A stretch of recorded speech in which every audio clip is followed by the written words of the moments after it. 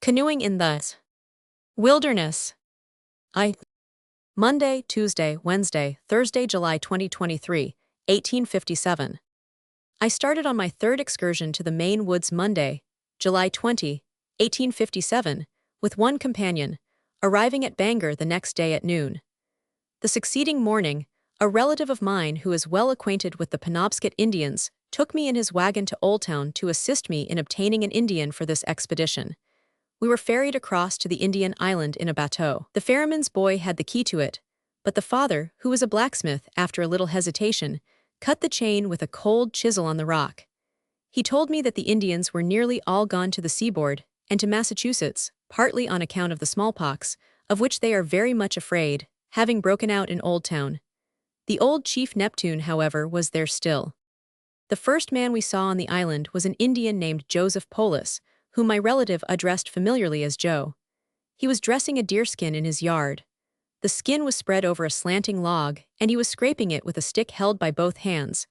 He was stoutly built, perhaps a little above the middle height, with a broad face, and as others said, perfect Indian features and complexion. His house was a two-story white one with blinds, the best looking that I noticed there, and as good as an average one on a New England village street. It was surrounded by a garden and fruit trees, single cornstalks standing thinly amid the beans. We asked him if he knew any good Indian who would like to go into the woods with us, that is, to the Allagash Lakes by way of Moosehead, and return by the east branch of the Penobscot. To which he answered out of that strange remoteness in which the Indian ever dwells to the white man, "Me like to go myself. Me want to get some moose," and kept on scraping the skin. The ferryman had told us that all the best Indians were gone except Polis, who was one of the aristocracy. He, to be sure, would be the best man we could have, but if he went at all would want a great price. Polis asked at first $2 a day, but agreed to go for $1.50, and 50 cents a week for his canoe.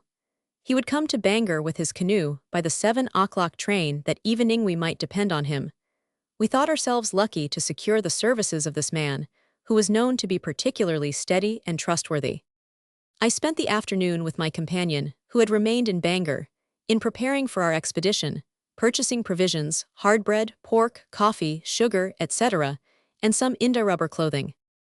At evening the Indian arrived in the cars, and I led the way, while he followed me, 3/4 of a mile to my friend's house, with the canoe on his head. I did not know the exact route, but steered by the lay of the land, as I do in Boston. I tried to enter into conversation with him, but as he was puffing under the weight of his canoe, not having the usual apparatus for carrying it, but above all, as he was an Indian, I might as well have been thumping on the bottom of his birch the while. In answer to the various observations that I made, he only grunted vaguely from beneath his canoe once or twice, so that I knew he was there. Early the next morning the stage called for us. My companion and I had each a large knapsack as full as it would hold, and we had 2 large rubber bags, which held our provisions and utensils. As for the Indian, all the baggage he had, beside his axe and gun, was a blanket, which he brought loose in his hand. However, he had laid in a store of tobacco and a new pipe for the excursion. The canoe was securely lashed diagonally across the top of the stage, with bits of carpet tucked under the edge to prevent its chafing. The driver appeared as much accustomed to carrying canoes in this way as bandboxes. At the Bangor house we took in 4 men bound on a hunting excursion, one of the men going as cook. They had a dog, a middling-sized brindled cur, which ran by the side of the stage, his master showing his head and whistling from time to time. But after we had gone about 3 miles the dog was suddenly missing, and 2 of the party went back for him, while the stage, which was full of passengers, waited. At length one man came back, while the other kept on. This whole party of hunters declared their intention to stop till the dog was found, but the very obliging driver was ready to wait a spell longer. He was evidently unwilling to lose so many passengers, who would have taken a private conveyance, or perhaps the other line of stages, the next day. Such progress did we make, with a journey of over 60 miles to be accomplished that day, and a rainstorm just setting in. We discussed the subject of dogs and their instincts till it was threadbare, while we waited there, and the scenery of the suburbs of Bangor is still distinctly impressed on my memory. The stage on the road to Moosehead Lake. The stage on the road to Moosehead Lake. After full half an hour the man returned, leading the dog by a rope. He had overtaken him just as he was entering the Bangor house. He was then tied on the top of the stage, but being wet and cold, Several times in the course of the journey he jumped off, and I saw him dangling by his neck. This dog was depended on to stop bears. He had already stopped one somewhere in New Hampshire, and I can testify that he stopped a stage in Maine. This party of 4 probably paid nothing for the dog's ride, nor for his run, while our party of 3 paid $2 and were charged for the light canoe which lay still on the top. The stage was crowded all the way. If you had looked inside, you would have thought that we were prepared to run the gauntlet of a band of robbers, for there were 4 or 5 guns on the front seat, and 1 or 2 on the back one, each man holding his darling in his arms. It appeared that this party of hunters was going our way, but much farther. Their leader was a handsome man about 30 years old, of good height, but not apparently robust, of gentlemanly address and faultless toilet. He had a fair white complexion, as if he had always lived in the shade, and an intellectual face, and with his quiet manners might have passed for a divinity student who had seen something of the world. I was surprised to find that he was probably the chief white hunter of Maine, and was known all along the road. I afterwards heard him spoken of as one who could endure a great deal of exposure and fatigue without showing the effect of it, and he could not only use guns, but make them, being himself a gunsmith. In the spring he had saved a stage driver and 2 passengers from drowning in the backwater of the Piscataquis on this road, having swum ashore in the freezing water, and made a raft, and got them off the horses were drowned at great risk to himself, while the only other man who could swim withdrew to the nearest house to prevent freezing. He knew our man, and remarked that we had a good Indian there, a good hunter, adding that he was said to be worth $6,000. The Indian also knew him, and said to me, "The great hunter." The Indian sat on the front seat with a stolid expression of face, as if barely awake to what was going on. Again, I was struck by the peculiar vagueness of his replies when addressed in the stage or at the taverns. He really never said anything on such occasions. He was merely stirred up like a wild beast, and passively muttered some insignificant response. His answer, in such cases, was vague as a puff of smoke, suggesting no responsibility, and if you considered it, you would find that you had got nothing out of him. This was instead of the conventional palaver and smartness of the white man, and equally profitable. Most get no more than this out of the Indian, and pronounce him stolid accordingly. I was surprised to see what a foolish and impertinent style a Maine man, a passenger, used in addressing him, as if he were a child, which only made his eyes glisten a little. A tipsy Canadian asked him at a tavern, in a drawling tone, if he smoked, to which he answered with an indefinite yes. "Won't you lend me your pipe a little while?" asked the other. He replied, looking straight by the man's head, with a face singularly vacant to all neighboring interests, "Me got no pipe." Yet I had seen him put a new one, with a supply of tobacco, into his pocket that morning. Our little canoe, so neat and strong, drew a favorable criticism from all the wiseacres among the tavern loungers along the road. By the roadside, close to the wheels, I noticed a splendid great purple-fringed orchis which I would fain have stopped the stage to pluck, but as this had never been known to stop a bear, like the cur on the stage, the driver would probably have thought it a waste of time.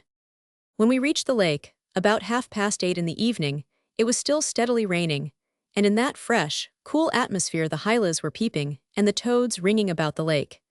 It was as if the season had revolved backward 2 or 3 months, or I had arrived at the abode of perpetual spring.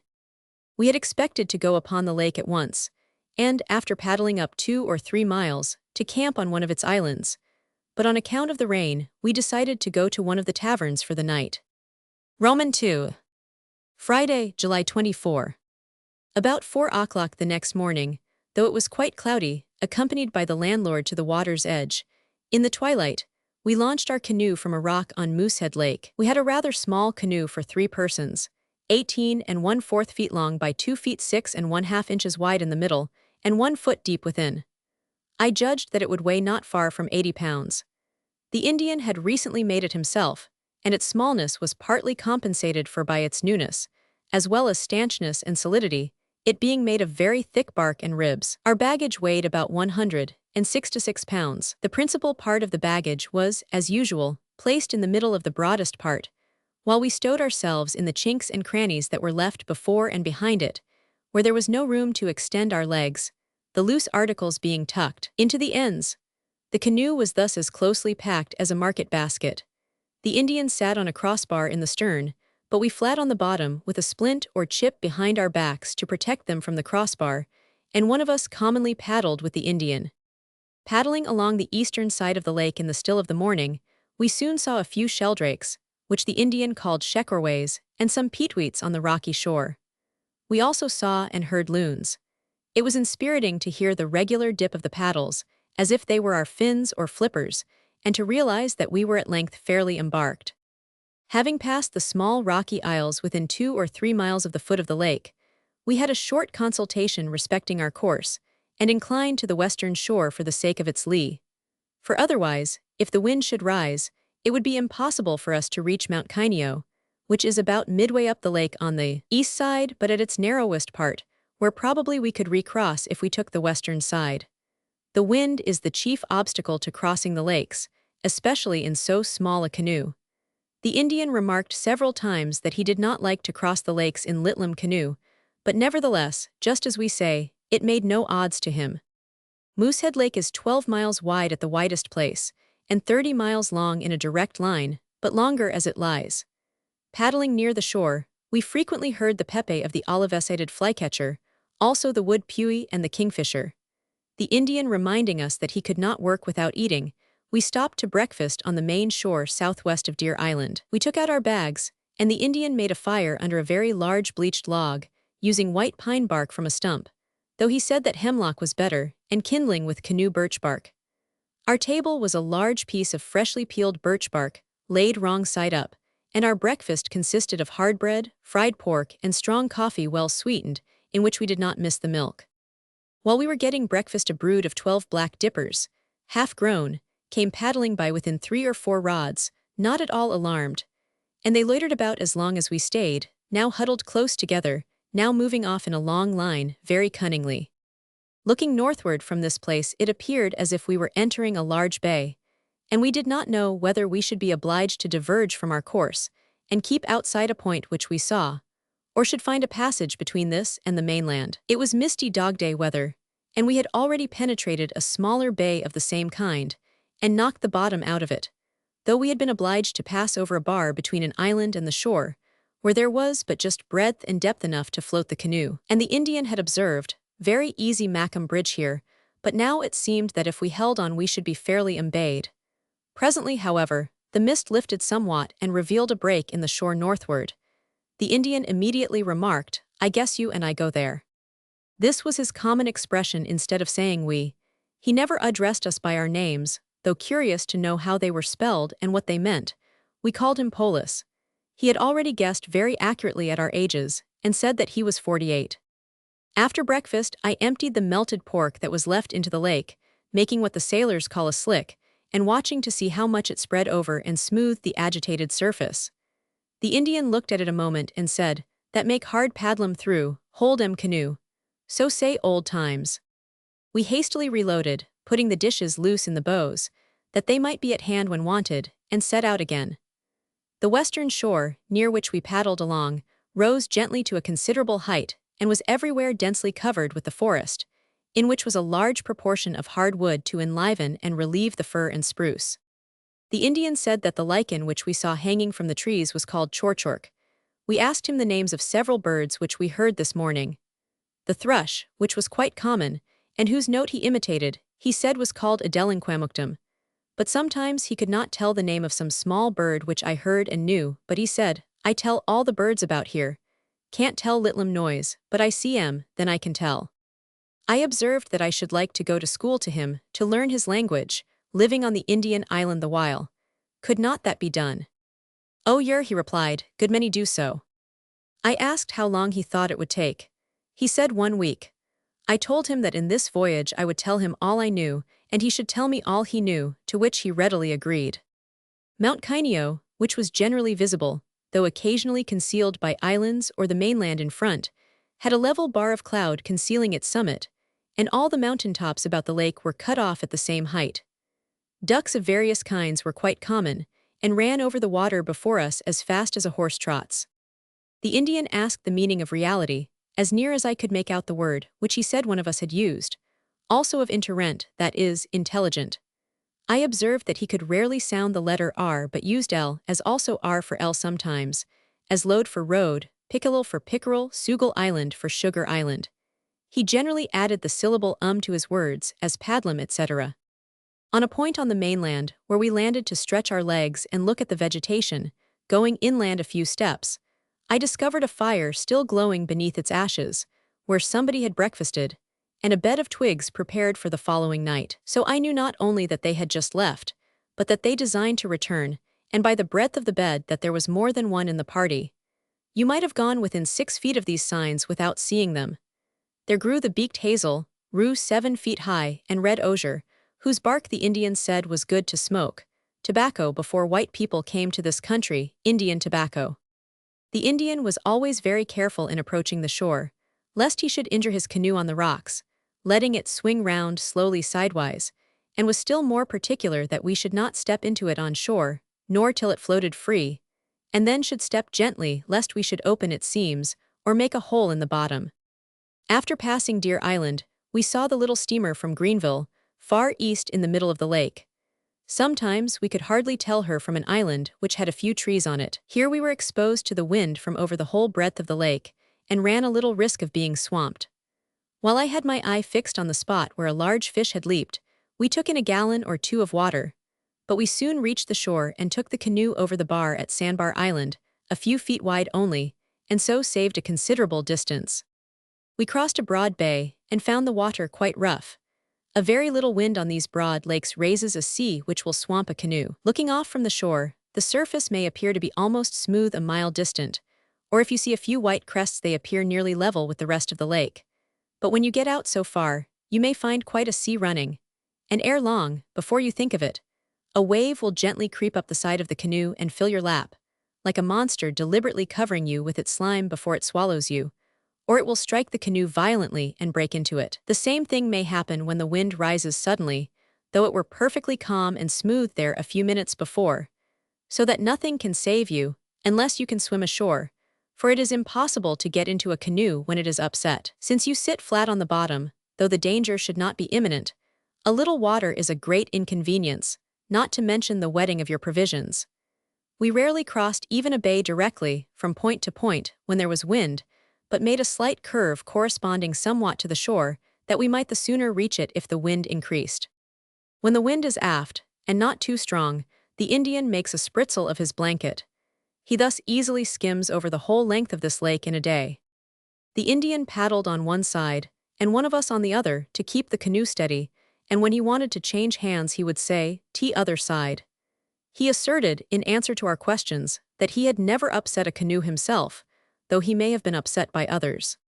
Think of our little eggshell of a canoe tossing across that great lake, a mere black speck to the eagle soaring above it. My companion trailed for trout as we paddled along, but the Indian warning him that a big fish might upset us, for there are some very large ones there, he agreed to pass the line quickly to the stern if he had a bite. While we were crossing this bay, where Mount Canoe rose dark before us within 2 or 3 miles, the Indian repeated the tradition respecting this mountain's having anciently been a cow. Moosehau, a mighty Indian hunter, succeeded in killing this queen of the moose tribe with great difficulty, while her calf was killed somewhere among the islands in Penobscot Bay. And to his eyes, this mountain had still the form of the moose in a reclining posture. He told this at some length and with apparent good faith, and asked us how we supposed the hunter could have killed such a mighty moose as that. An Indian tells such a story as if he thought it deserved to have a good deal said about it, only he has not got it to say, and so he makes up for the deficiency by a drawling tone, long-windedness, and a dumb wonder which he hopes will be contagious. We approached the land again through pretty rough water, and then steered directly across the lake at its narrowest part to the eastern side, and were soon partly under the lee of the mountain, having paddled about 20 miles. It was now about noon. We designed to stop there that afternoon and night, and spent half an hour looking along the shore northward for a suitable place to camp. At length, by going half a dozen rods into the dense spruce and fir wood on the side of the mountain almost as dark as a cellar, we found a place sufficiently clear and level to lie down on, after cutting away a few bushes. The Indian cleared a path to it from the shore with his axe, and we then carried up all our baggage, pitched our tent, and made our bed in order to be ready for foul weather, which then threatened us, and for the night. He gathered a large armful of fir twigs, breaking them off, which he said were the best for our bed, partly, I thought, because they were the largest and could be most rapidly collected. It had been raining more or less for 4 or 5 days, and the wood was even damper than usual, but he got dry bark from the underside of a dead-leaning hemlock, which he said he could always do. This noon his mind was occupied with a law question, and I referred him to my companion, who was a lawyer. It appeared that he had been buying land lately. I think it was 100 acres, but there was probably an encumbrance to it, somebody else claiming to have bought some grass on it for this year. He wished to know to whom the grass belonged, and was told that if the other man could prove that he bought the grass before he, Polis, bought the land, the former could take it whether the latter knew it or not, to which he only answered strange. He went over this several times, fairly sat down to it, with his back to a tree, as if he meant to confine us to this topic henceforth. But as he made no headway, only reached the jumping-off place of his wonder at white men's institutions after each explanation, we let the subject die. He said that he had 50 acres of grass, potatoes, etc., somewhere above Old Town, besides some about his house, that he hired a good deal of his work, hoeing, etc., and preferred white men to Indians because they keep steady and know how. After dinner we returned southward along the shore, in the canoe, on account of the difficulty of climbing over the rocks and fallen trees, and began to ascend the mountain along the edge of the precipice. But a smart shower coming up just then, the Indian crept under his canoe, while we, protected by our rubber coats, proceeded to botanize. So we sent him back to the camp for shelter, agreeing that he should come for us with his canoe toward night. It had rained a little in the forenoon, and we trusted that this would be the clearing-up shower, which it proved. But our feet and legs were thoroughly wet by the bushes. The clouds breaking away a little, we had a glorious wild view, as we ascended, of the broad lake with its numerous forest-clad islands extending beyond our sight both north and south, and the boundless forest undulating away from its shores on every side, as densely packed as a ryefield, and enveloping nameless mountains in succession. It was a perfect lake of the woods. Looking southward, the heavens were completely overcast, the mountains capped with clouds, and the lake generally wore a dark and stormy appearance, but from its surface 6 or 8 miles distant, there was reflected upward through the misty air a bright blue tinge from the unseen sky of another latitude beyond. They probably had a clear sky then at the south end of the lake. Again we mistook a little rocky islet seen through the drisk, with some taller bare trunks or stumps on it, for the steamer with its smoke pipes, but as it had not changed its position after half an hour we were undeceived. So much do the works of man resemble the works of nature. A moose might mistake a steamer for a floating isle, and not be scared till he heard its puffing or its whistle. If I wished to see a mountain or other scenery under the most favorable auspices, I would go to it in foul weather so as to be there when it cleared up. We are then in the most suitable mood, and nature is most fresh and inspiring. There is no serenity so fair as that which is just established in a tearful eye. Jackson, in his report on the geology of Maine, says, "Hornstone, which will answer for flints, occurs in various parts of the state. The largest mass of this stone known in the world is Mount Canoe, upon Moosehead Lake, which appears to be entirely composed of it, and rises 700 feet above the lake level. This variety of hornstone I have seen in every part of New England in the form of Indian arrowheads, hatchets, chisels, etc., which were probably obtained from this mountain by the aboriginal inhabitants of the country. I have myself found hundreds of arrowheads made of the same material. It is generally slate-colored, with white specks, becoming a uniform white where exposed to the light and air. I picked up a small thin piece which had so sharp an edge that I used it as a knife, and to see what I could do, fairly cut off an aspen 1 inch thick with it, by bending it and making many cuts, though I cut my fingers badly with the back of it in the meanwhile. From the summit of the precipice, which forms the southern and eastern sides of this mountain peninsula, 500 or 600 feet high, we probably might have jumped down to the water, or to the seemingly dwarfish trees on the narrow neck of land, which connects it with the main. It is a dangerous place to try the steadiness of your nerves.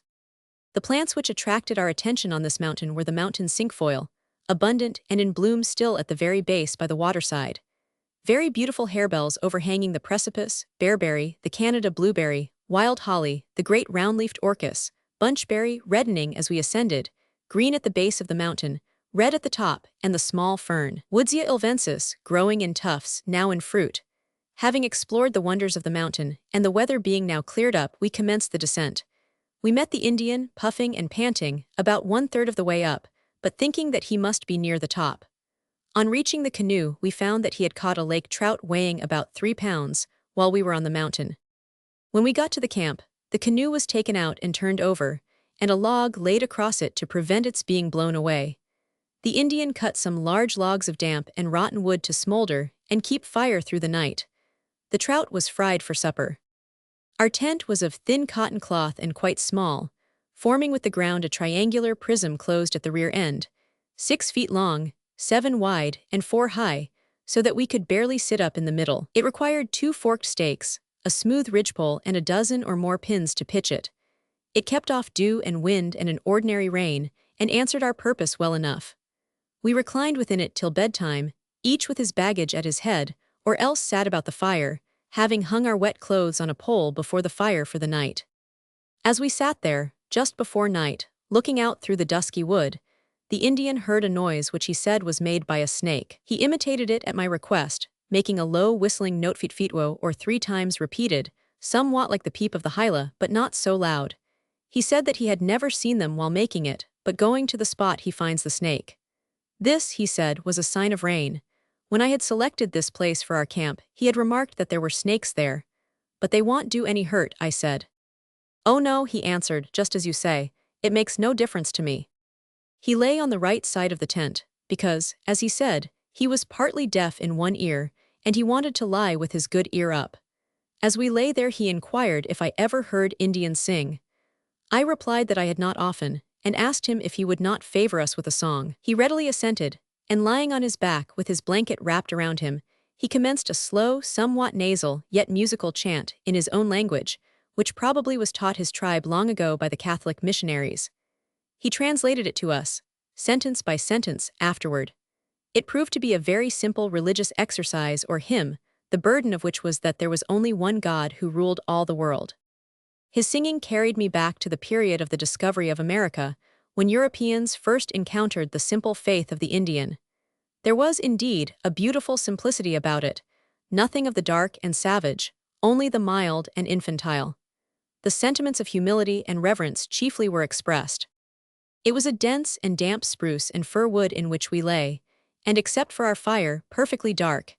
And when I awoke in the night, I either heard an owl from deeper in the forest behind us, or a loon from a distance over the lake. Getting up some time after midnight to collect the scattered brands together, while my companions were sound asleep, I observed, partly in the fire, which had ceased to blaze, a perfectly regular elliptical ring of light, about 5 inches in its shortest diameter, 6 or 7 in its longer, and from 1/8 to 1/4 of an inch wide. It was fully as bright as the fire, but not reddish or scarlet like a coal, but a white and slumbering light like the glowworms. I saw at once that it must be phosphorescent wood, which I had often heard of but never chanced to see. Putting my finger on it, with a little hesitation, I found that it was a piece of dead moosewood which the Indian had cut off in a slanting direction the evening before. Using my knife, I discovered that the light proceeded from that portion of the sapwood immediately under the bark, and thus presented a regular ring at the end, and when I pared off the bark and cut into the sap, it was all aglow along the log. I was surprised to find the wood quite hard and apparently sound, though probably decay had commenced in the sap, and I cut out some little triangular chips, and placing them in the hollow of my hand, carried them into the camp, waked my companion, and showed them to him. They lit up the inside of my hand, revealing the lines and wrinkles, and appearing exactly like coals of fire raised to a white heat. I noticed that part of a decayed stump within 4 or 5 feet of the fire, an inch wide and 6 inches long, soft and shaking wood, shone with equal brightness. I neglected to ascertain whether our fire had anything to do with this, but the previous day's rain and long-continued, wet weather undoubtedly had. I was exceedingly interested by this phenomenon. It could hardly have thrilled me more if it had taken the form of letters, or of the human face. I little thought that there was such a light shining in the darkness of the wilderness for me. The next day the Indian told me their name for the light Artusaquand on my inquiring concerning the Willithuisp. He said that his folks sometimes saw fires passing along at various heights, even as high as the trees, and making a noise. I was prepared after this to hear of the most startling and unimagined phenomena witnessed by his folks. They are abroad at all hours and seasons in scenes so unfrequented by white men. Nature must have made 1,000 revelations to them, which are still secrets to us. I did not regret my not having seen this before, since I now saw it under circumstances so favorable. I was in just the frame of mind to see something wonderful, and this was a phenomenon adequate to my circumstances and expectation, and it put me on the alert to see more like it. I let science slide, and rejoiced in that light as if it had been a fellow creature. A scientific explanation, as it is called, would have been altogether out of place there. That is for pale daylight. Science with its retorts would have put me to sleep. It was the opportunity to be ignorant that I improved. It made a believer of me more than before. I believed that the woods were not tenantless, but chokeful of honest spirits as good as myself, any day not an empty chamber in which chemistry was left to work alone, but an inhabited house. It suggested, too, that the same experience always gives birth to the same sort of belief or religion. One revelation has been made to the Indian, another to the white man. I have much to learn of the Indian, nothing of the missionary. I am not sure, but all that would tempt me to teach the Indian my religion would be his promise to teach me his. Long enough I had heard of irrelevant things. Now at length I was glad to make acquaintance with the light that dwells in rotten wood. I kept those little chips and wet them again the next night, but they emitted no light. Roman 3. Saturday, July 25. At breakfast, the Indian, evidently curious to know what would be expected of him the next day, asked me how I spent the Sunday when at home. I told him that I commonly sat in my chamber reading, etc., in the forenoon, and went to walk in the afternoon. At which he shook his head and said, that is ver bad. How do you spend it? I asked. He said that he did no work, that he went to church at Old Town when he was at home. In short, he did as he had been taught by the whites. When we were washing the dishes in the lakes, many fishes came close up to us to get the particles of grease. The weather seemed to be more settled this morning, and we set out early in order to finish our voyage up the lake before the wind arose. Soon after starting, the Indian directed our attention to the northeast carry, which we could plainly see, about 13 miles distant. This carry is a rude wooden railroad running north and south about 2 miles, perfectly straight, from the lake to the Penobscot through a low tract, with a clearing 3 or 4 rods wide. This opening appeared as a clear bright, or light, point in the horizon, resting on the edge of the lake. We should not have suspected it to be visible if the Indian had not drawn our attention to it. It was a remarkable kind of light to steer for daylight seen through a vista in the forest, but visible as far as an ordinary beacon by night. We crossed a deep wide bay north of Canoe, leaving an island on our left and keeping up the eastern side of the lake.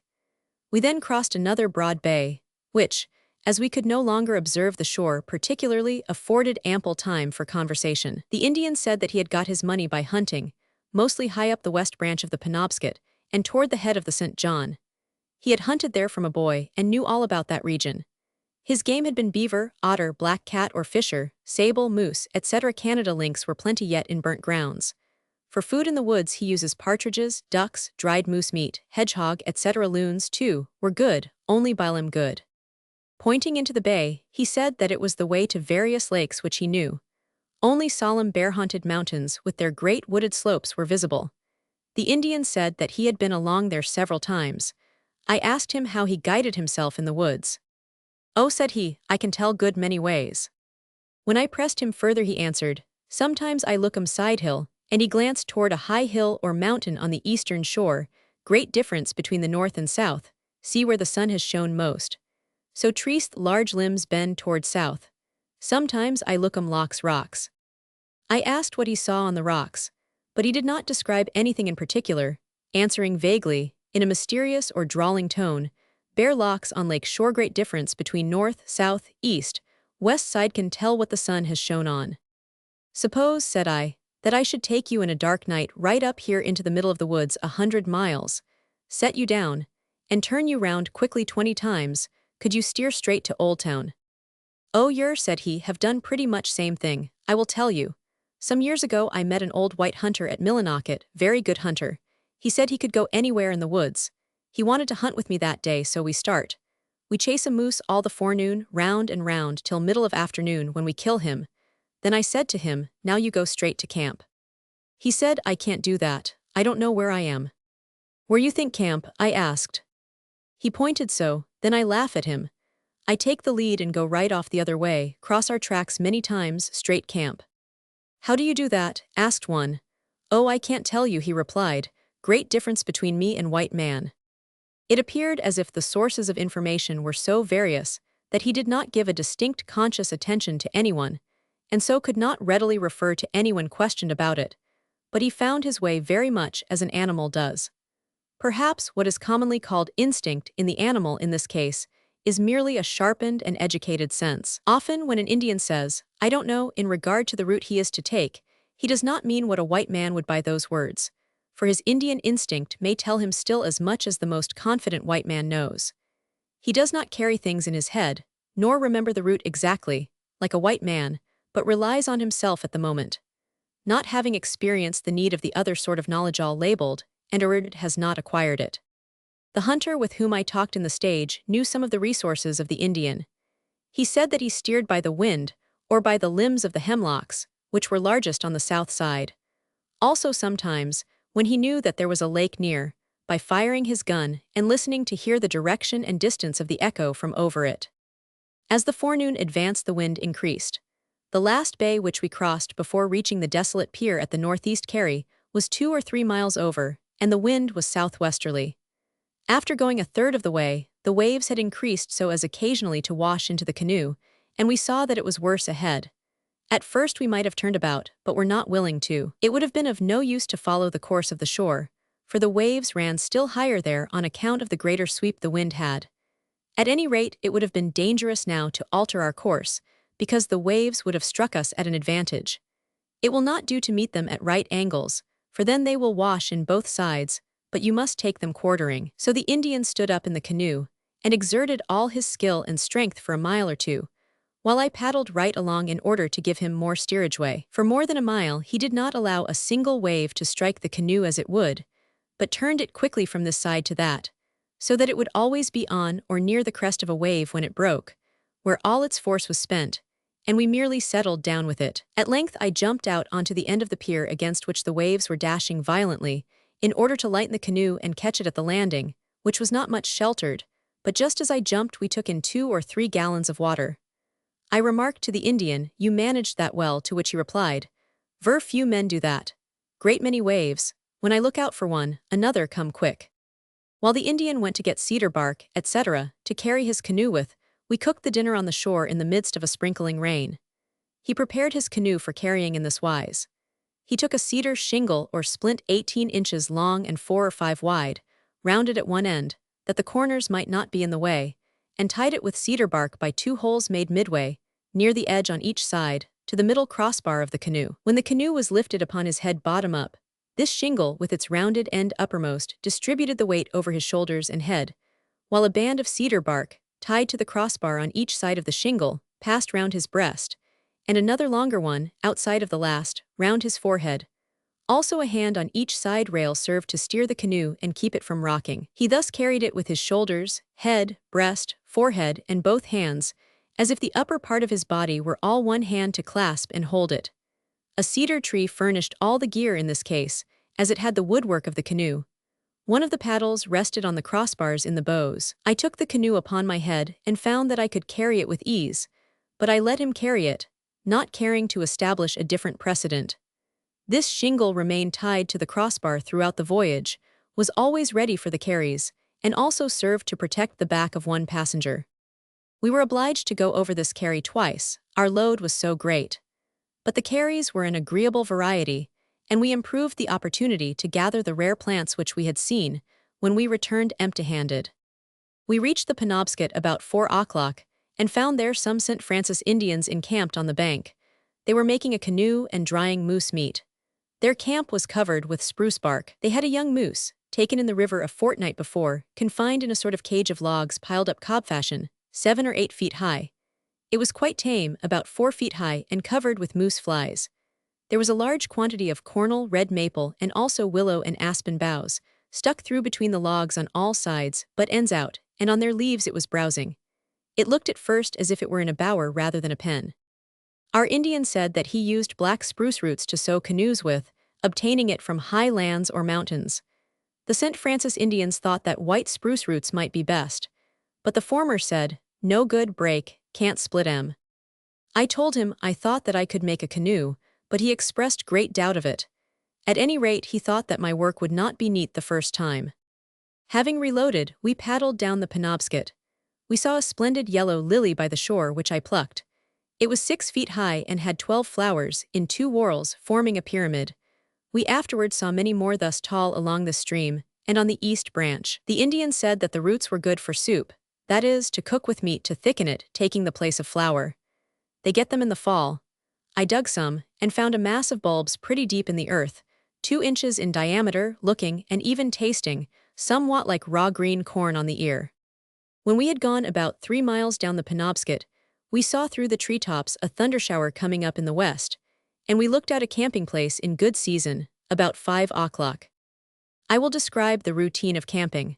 We generally told the Indian that we would stop at the first suitable place, so that he might be on the lookout for it. Having observed a clear, hard, and flat beach to land on, free from mud, and from stones which would injure the canoe, one would run up the bank to see if there were open and level space enough for the camp between the trees, or if it could be easily cleared, preferring at the same time a cool place, on account of insects. Sometimes we paddled a mile or more before finding one to our minds, for where the shore was suitable the bank would often be too steep, or else too low and grassy, and therefore mosquitoey. We then took out the baggage and drew up the canoe. The Indian cut a path to the spot we had selected, which was usually within 2 or 3 rods of the water, and we carried up our baggage. One, perhaps, takes birch bark, always at hand, and dead dry wood, and kindles a fire 5 or 6 feet in front of where we intend to lie. It matters not commonly on which side this is, because there is little or no wind in so dense a wood at that season. And then he gets a kettle of water from the river, and takes out the pork, bread, coffee, etc., from their several packages.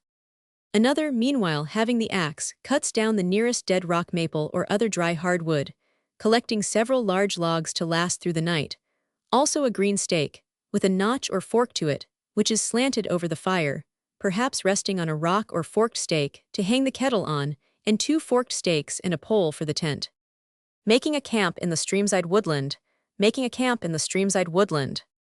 The third man pitches the tent, cuts a dozen or more pins with his knife to fasten it down with, and then collects an armful or 2 of fir twigs, arborvitae, spruce, or hemlock, whichever is at hand, and makes the bed, beginning at either end, and laying the twigs wrong side up, in regular rows, covering the stub ends of the last row.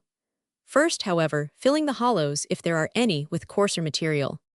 Commonly, by the time the bed is made, or within 15 or 20 minutes, the water boils, the pork is fried, and supper is ready.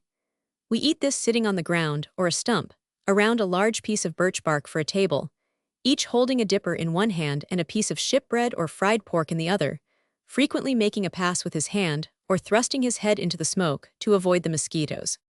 Next, pipes are lit by those who smoke, and veils are donned by those who have them, and we hastily examine and dry our plants, anoint our faces and hands, and go to bed. Though you have nothing to do but see the country, there's rarely any time to spare, hardly enough to examine a plant, before the night or drowsiness is upon you. Such was the ordinary experience, but this evening we had camped earlier on account of the rain and had more time. We found that our camp was on an old indistinct supply road running along the river. What is called a road there shows no ruts or trace of wheels, for they are not used, nor indeed of runners, since they are used only in the winter when the snow is several feet deep. It is only an indistinct vista through the wood, which it takes an experienced eye to detect. We had no sooner pitched our tent than the thundershower burst on us, and we hastily crept under it, drawing our bags after us, curious to see how much of a shelter our thin cotton roof was going to be in this excursion. Though the violence of the rain forced a fine shower through the cloth before it was fairly wetted and shrunk, with which we were well bedewed, we managed to keep pretty dry, only a box of matches having been left out and spoiled, and before we were aware of it the shower was over, and only the dripping trees imprisoned us.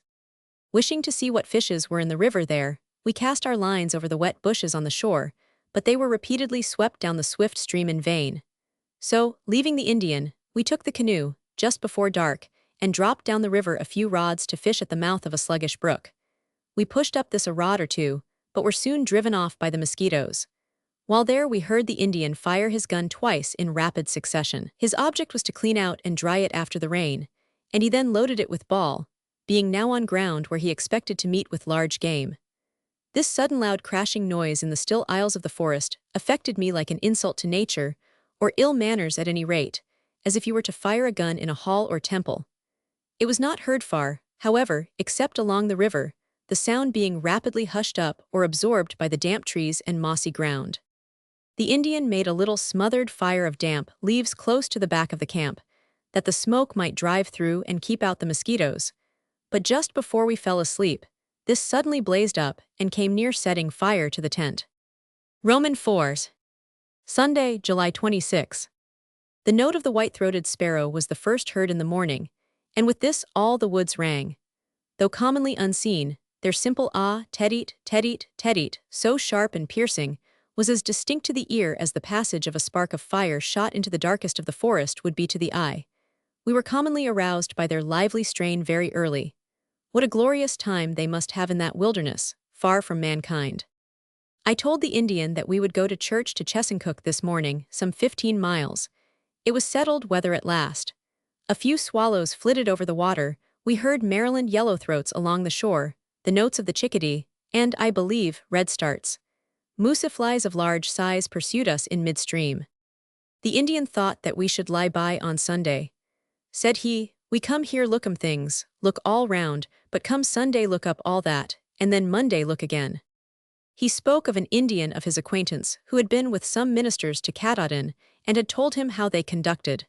This he described in a low and solemn voice. They make a long prayer every morning and night, and at every meal. Come Sunday they stop no go at all that day keep still preach all day first one, then another just like church. Oh, ver good men. One day going along a river they came to the body of a man in the water drowned good while. They go right ashore stop there, go no farther that they have meeting there, preach and pray just like Sunday. Then they go back and carry the body with them. Oh, they ver good men. I judged from this account that their every camp was a camp meeting, and that they wanted an opportunity to preach somewhere more than to see Katahdin. However, the Indian added, plying the paddle all the while, that if we would go along he must go with us. He our man, and he supposed that if he no tack pay for what he do Sunday then there's no harm, but if he tack pay then wrong. I told him that he was stricter than white men. Nevertheless, I noticed that he did not forget to reckon in the Sundays at last.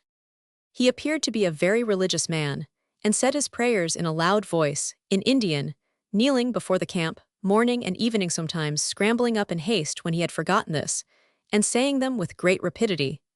In the course of the day he remarked, "Poor man remember God more than rich." We soon passed the island where I had camped 4 years before. The Deadwater, a mile or two below it, the Indian said was a great place for moose. We saw the grass bent where a moose came out the night before, and the Indian said that he could smell one as far as he could see him, but he added that if he should see 5 or 6 today close by canoe he no shoot 'em. Accordingly, as he was the only one of the party who had a gun, or had come hunting, the moose were safe. Just below this, a cat-owl flew heavily over the stream, and he, asking if I knew what it was, imitated very well the common horror of our woods. We carried a part of the baggage about Pine Stream Falls, while the Indian went down in the canoe. A Bangor merchant had told us that 2 men in his employ were drowned some time ago while passing these falls in a bateau, and a third clung to a rock all night and was taken off in the morning. There were magnificent great purple-fringed orchises on this carry and the neighboring shores. I measured the largest canoe birch which I saw in this journey near the end of the carry. It was 14½ feet in circumference at 2 feet from the ground, but at 5 feet divided into 3 parts. The Indian cut a small woody knob as big as a filbert from the trunk of a fir, apparently an old balsam vesicle filled with wood, which he said was good medicine. After we had embarked and gone half a mile, my companion remembered that he had left his knife, and we paddled back to get it, against the strong and swift current. This taught us the difference between going up and down the stream, for while we were working our way back 1/4 mile, we should have gone down 1.5 miles at least. So we landed, and while he and the Indian were gone back for it, I watched the motions of the foam, a kind of white waterfowl near the shore, 40 or 50 rods below. It alternately appeared and disappeared behind the rock, being carried round by an eddy. Immediately below these falls was the Chesuncook Deadwater, caused by the flowing back of the lake. As we paddled slowly over this, the Indian told us a story of his hunting thereabouts, and something more interesting about himself. It appeared that he had represented his tribe at Augusta, and once at Washington. He had a great idea of education, and would occasionally break out into such expressions as this: "Cade me good thing I suppose they use 'em fifth reader there. You been college." We steered across the northwest end of the lake. It is an agreeable change to cross a lake after you have been shut up in the woods, not only on account of the greater expanse of water, but also of sky. It is one of the surprises which nature has in store for the traveler in the forest. To look down, in this case, over 18 miles of water was liberating and civilizing even. The lakes also reveal the mountains and give ample scope and range to our thought. Already there were half a dozen log huts about this end of the lake, though so far from a road. In these woods, the earliest settlements are clustering about the lakes, partly, I think, for the sake of the neighborhood as the oldest clearings. Water is a pioneer which the settler follows, taking advantage of its improvements. About noon, we turned northward up a broad kind of estuary, and at its northeast corner found the Caucomgomoc River, and after going about a mile from the lake reached the Umbazookskus. Our course was up the Umbazookskus, but as the Indian knew of a good camping place, that is, a cool place where there were few mosquitoes, about half a mile farther up the Caucomgomoc, we went thither. So quickly we changed the civilizing sky of Chesuncook for the dark wood of the Caucomgomoc. On reaching the Indians' camping ground on the south side, where the bank was about a dozen feet high, I read on the trunk of a fir tree, blazed by an axe, an inscription in charcoal which had been left by him. It was surmounted by a drawing of a bear paddling a canoe, which he said was the sign used by his family always. The drawing, though rude, could not be mistaken for anything but a bear, and he doubted my ability to copy it. The inscription ran thus. I interline the English of his Indian as he gave it to me. The figure of a bear in a boat. July 26. Nyasosub. We alone Joseph. Polis Ilioi. Polis start. Jaoltas. For Old Town. Onknais. Right away. Quambai. July 15. Nyasosub. He added now below. July 26. Joe Polis. This was one of his homes. I saw where he had sometimes stretched his moosey hides on the sunny north side of the river where there was a narrow meadow. After we had selected a place for our camp and kindled our fire almost exactly on the site of the Indians' last camp here, he, looking up, observed that tree danger. It was a dead part, more than a foot in diameter, of a large canoe birch which branched at the ground. This branch, rising 30 feet or more, slanted directly over the spot which we had chosen for our bed. I told him to try it with his axe, but he could not shake it perceptibly, and therefore seemed inclined to disregard it, and my companion expressed his willingness to run the risk. But it seemed to me that we should be fools to lie under it, for though the lower part was firm, the top, for aught we knew, might be just ready to fall, and we should at any rate be very uneasy if the wind arose in the night. It is a common accident for men camping in the woods to be killed by a falling tree. So the camp was moved to the other side of the fire. The Indians said that the Umbazookskus, being a dead stream with broad meadows, was a good place for moose, and he frequently came a-hunting here, being out alone 3 weeks or more from Old Town. He sometimes also went a-hunting to the Sebuys Lakes, taking the stage with his gun and ammunition, axe and blankets, hard bread and pork, perhaps for 100 miles of the way, and jumped off at the wildest place on the road, where he was at once at home, and every rod was a tavern site for him. Then, after a short journey through the woods, he would build a spruce-bark canoe in one day, putting but few ribs into it, that it might be light, and after doing his hunting with it on the lakes, would return with his furs the same way he had come. Thus you have an Indian availing himself of the advantages of civilization, without losing any of his woodcraft, but proving himself the more successful hunter for it. This man was very clever and quick to learn anything in his line. Our tent was of a kind new to him, but when he had once seen it pitched, it was surprising how quickly he would find and prepare the pole and forked stakes to pitch it with, cutting and placing them right the first time, though I am sure that the majority of white men would have blundered several times. Now I thought I would observe how he spent his Sunday. While I and my companion were looking about at the trees and river, he went to sleep. Indeed, he improved every opportunity to get a nap, whatever the day. Rambling about the woods at this camp, I noticed that they consisted chiefly of firs, spruce, red maple, birch, and along the river the hoary alder. I could trace the outlines of large birches that had fallen long ago, collapsed and rotted and turned to soil, by faint yellowish-green lines of feather-like moss, 18 inches wide and 20 or 30 feet long, crossed by other similar lines. Wild as it was hard for me to get rid of the associations of the settlements.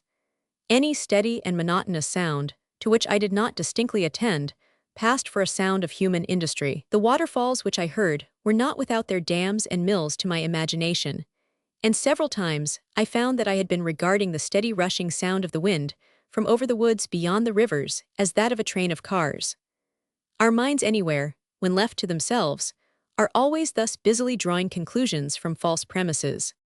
I asked the Indian to make us a sugar bowl of birch bark, which he did, using the great knife which dangled in a sheath from his belt. But the bark broke at the corners when he bent it up, and he said it was not good that there was a great difference in this respect between the bark of one canoe birch and that of another. My companion, wishing to distinguish between the black and white spruce, asked Polis to show him a twig of the latter, which he did at once, together with the black. Indeed, he could distinguish them about as far as he could see them. As the two twigs appeared very much alike, my companion asked the Indian to point out the difference, whereupon the latter, taking the twigs, instantly remarked, as he passed his hand over them successively in a stroking manner, that the white was rough, that is, the needles stood up nearly perpendicular, but the black smooth, that is, as if bent down. This was an obvious difference, both to sight and touch. I asked him to get some black spruce root and make some thread. Whereupon, without looking up at the trees overhead, he began to grub in the ground, instantly distinguishing the black spruce roots, and cutting off a slender one, 3 or 4 feet long, and as big as a pipestem, he split the end with his knife, and taking a half between the thumb and forefinger of each hand, rapidly separated its whole length into 2 equal semicylindrical halves. Then, giving me another root, he said, "You try." But in my hands it immediately ran off one side, and I got only a very short piece. Though it looked easy, I found that there was a great art in splitting these roots. The split is skillfully humored by bending short with this hand or that, and so kept in the middle. He then took off the bark from each half, pressing a short piece of cedar bark against the convex side with both hands, while he drew the root upward with his teeth. An Indian's teeth are strong, and I noticed that he used his often where we should have used a hand. They amounted to a third hand. He thus obtained in a moment a very neat, tough, and flexible string, which he could tie into a knot, or make into a fishline even. He said that you would be obliged to give $50 for spruce root enough for a canoe, thus prepared. He had discovered the day before that his canoe leaked a little, and said that it was owing to stepping into it violently. I asked him where he would get pitch to mend it with, for they commonly use hard pitch, obtained of the whites at Old Town. He said that he could make something very similar and equally good of material which we had with us, and he wished me to guess what. But I could not, and he would not tell me, though he showed me a ball of it when made, as big as a pea and like black pitch, saying at last that there were some things which a man did not tell even his wife. Being curious to see what kind of fishes there were in this dark, deep, sluggish river, I cast in my line just before night, and caught several small sucker-like fishes, which the Indian at once rejected, saying that they were good for nothing. Also, he would not touch a pout which I caught, and said that neither Indians nor whites thereabouts ever ate them. But he said that some small silvery fishes, which I called white chivin, were the best fish in the Penobscot waters, and if I would toss them up the bank to him, he would cook them for me. After cleaning them, not very carefully, leaving the heads on, he laid them on the coals and so broiled them. Fishing. Returning from a short walk, he brought a vine in his hand, saying that it made the best tea of anything in the woods. It was the creeping snowberry, which was quite common there, its berries just grown. So we determined to have some tea made of this. It had a slight checkerberry flavor, and we both agreed that it was really better than the black tea which we had brought. We thought it quite a discovery, and that it might well be dried and sold in the shops. I for one, however, am not an old tea drinker and cannot speak with authority to others. The Indian said that they also used for tea a certain herb which grew in low ground, which he did not find there, and Labrador tea, also hemlock leaves, the last especially in winter when the other plants were covered with snow, and various other things. We could have had a new kind of tea every night. Just before night we saw a musquash, the only one we saw in this voyage, swimming downward on the opposite side of the stream. The Indian, wishing to get one to eat, hushed us, saying, "Stop me, Kalem," and sitting flat on the bank, he began to make a curious squeaking, wiry sound with his lips, exerting himself considerably. I was greatly surprised, thought that I had at last got into the wilderness, and that he was a wild man indeed to be talking to a musquash. I did not know which of the two was the strangest to me.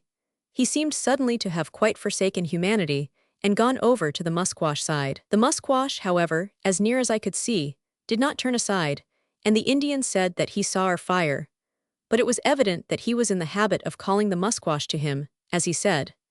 An acquaintance of mine who was hunting moose in these woods a month after this tells me that his Indian in this way repeatedly called the musquash within reach of his paddle in the moonlight and struck at them. The Indian said a particularly long prayer this Sunday evening, as if to atone for working in the morning. V. Monday, July 27. Having rapidly loaded the canoe, which the Indian always carefully attended to, that it might be well trimmed, and each having taken a look as usual to see that nothing was left, we set out again, descending the Caucomgomoc and turning northeasterly up the Umbazookskus. This name, the Indian said, meant Much Meadow River. We found it now very wide on account of the rains. The space between the woods, chiefly bare meadow, was from 50 to 200 rods in breadth. In the water on the meadows grew sedges, woolgrass, the common blue flag abundantly, its flower just showing itself above the high water, as if it were a blue water lily, and higher in the meadows a great many clumps of a peculiar narrow-leaved willow. Here also grew the red osier, its large fruit now whitish. It was unusual for the woods to be so distant from the shore, and there was quite an echo from them. But when I was shouting in order to awake it, the Indian reminded me that I should scare the moose, which he was looking out for, and which we all wanted to see. Having paddled several miles up the Umbazookskus, it suddenly contracted to a mere brook, narrow and swift, the larches and other trees approaching the bank and leaving no open meadow. We landed to get a black spruce pole for pushing against the stream. The one selected was quite slender, cut about 10 feet long, merely whittled to a point, and the bark shaved off. While we were thus employed, 2 Indians in a canoe hove in sight round the bushes coming downstream. Our Indian knew one of them, an old man, and fell into conversation with him. He belonged at the foot of Moosehead. The other was of another tribe. They were returning from hunting. I asked the younger if they had seen any moose, to which he said no, but I, seeing the moosey hides sticking out from a great bundle made with their blankets in the middle of the canoe, added, only their hides. As he was a foreigner, he may have wished to deceive me, for it is against the law for white men and foreigners to kill moose in Maine at this season. But perhaps he need not have been alarmed, for the moose wardens are not very particular. I heard of one who, being asked by a white man going into the woods what he would say if he killed a moose, answered, "If you bring me a quarter of it, I guess you won't be troubled." His duty being, as he said, only to prevent the indiscriminate slaughter of them for their hides. I suppose that he would consider it an indiscriminate slaughter when a quarter was not reserved for himself. We continued along through the most extensive larch wood which I had seen, tall and slender trees with fantastic branches. You do not find straggling trees of this species here and there throughout the wood, but rather a little forest of them. The same is the case with the white and red pines and some other trees, greatly to the convenience of the lumberer. They are of a social habit, growing in veins, clumps, groups, or communities, as the explorers call them, distinguishing them far away, from the top of a hill or a tree, the white pines towering above the surrounding forest, or else they form extensive forests by themselves. I should have liked to come across a large community of pines which had never been invaded by the lumbering army. The red squirrel, the red squirrel. We saw some fresh moose tracks along the shore. The stream was only from 1½ to 3 rods wide, quite winding, with occasional small islands, meadows, and some very swift and shallow places. When we came to an island, the Indian never hesitated which side to take, as if the current told him which was the shortest and deepest. It was lucky for us that the water was so high. We had to walk but once on this stream, carrying a part of the load, at a swift and shallow reach, while he got up with the canoe, not being obliged to take out, though he said it was very strong water. Once or twice we passed the red wreck of a bateau which had been stove some spring. While making this portage, I saw many splendid specimens of the great purple-fringed orchis, 3 feet high. It is remarkable that such delicate flowers should here adorn these wilderness paths. The Umbazookskus is called 10 miles long. Having poled up the narrowest part some 3 or 4 miles, the next opening in the sky was over Umbazookskus Lake, which we suddenly entered about 11 o'clock in the forenoon. It stretches northwesterly 4 or 5 miles. We crossed the southeast end to the carry into Mud Pond. Hodge, who went through this way to the St. Lawrence in the service of the state, calls the portage here 1.75 miles long. The Indian said this was the wettest carry in the state, and as the season was a very wet one, we anticipated an unpleasant walk. As usual, he made one large bundle of the pork egg, cooking utensils, and other loose traps by tying them up in his blanket. We should be obliged to go over the carry twice, and our method was to carry 1/2 part way and then go back for the rest. Our path ran close by the door of a log hut in a clearing at this end of the carry, which the Indian, who alone entered it, found to be occupied by a Canadian and his family, and that the man had been blind for a year.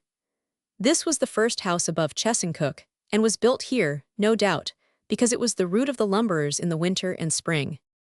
After a slight ascent from the lake through the springy soil of the Canadian's clearing, we entered on a level and very wet and rocky path through the dense evergreen forest, a loosely paved gutter merely, where we went leaping from rock to rock, and from side to side in the vain attempt to keep out of the water and mud.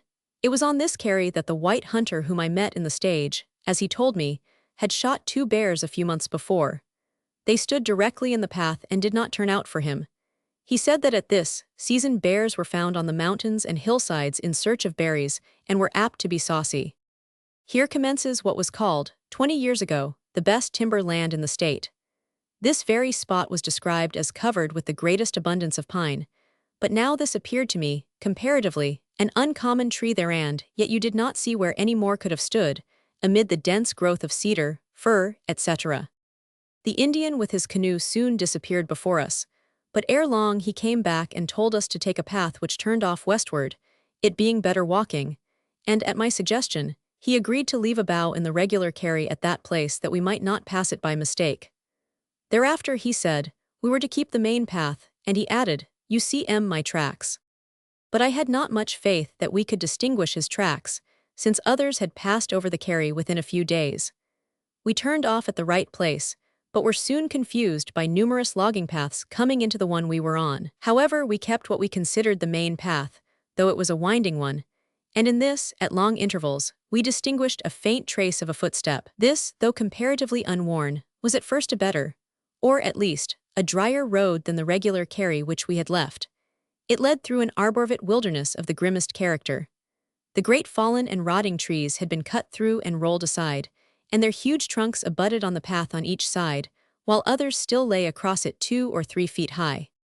It was impossible for us to discern the Indian's trail in the elastic moss, which, like a thick carpet, covered every rock and fallen tree as well as the earth.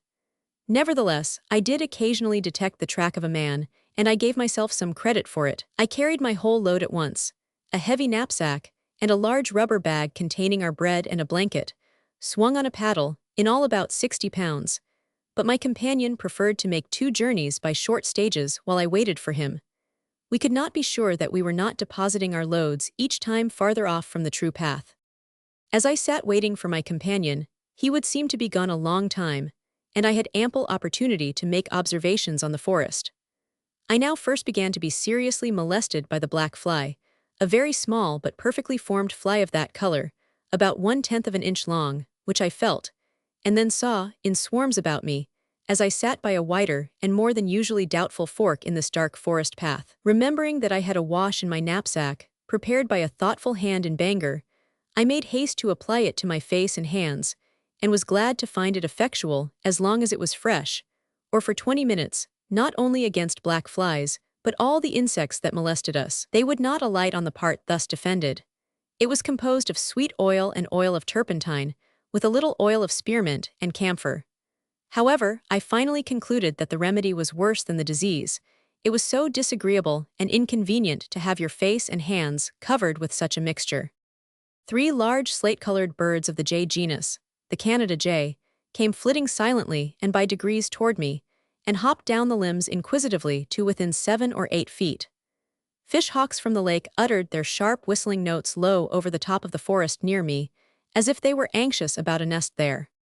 After I had sat there some time, I noticed at this fork in the path a tree which had been blazed, and the letters Cham. 50, written on it with red chalk. This I knew to mean Chamberlain Lake, so I concluded that on the whole we were on the right course. My companion having returned with his bag, we set forward again. The walking rapidly grew worse and the path more indistinct, and at length we found ourselves in a more open and regular swamp made less passable than ordinary by the unusual wetness of the season. We sank a foot deep in water and mud at every step, and sometimes up to our knees. The trail was almost obliterated, being no more than a musquash leaves in similar places when he parts the floating sedge. In fact, it probably was a musquash trail in some places. We concluded that if Mud Pond was as muddy as the approach to it was wet, it certainly deserved its name. It would have been amusing to behold the dogged and deliberate pace at which we entered that swamp, without interchanging a word, as if determined to go through it, though it should come up to our necks.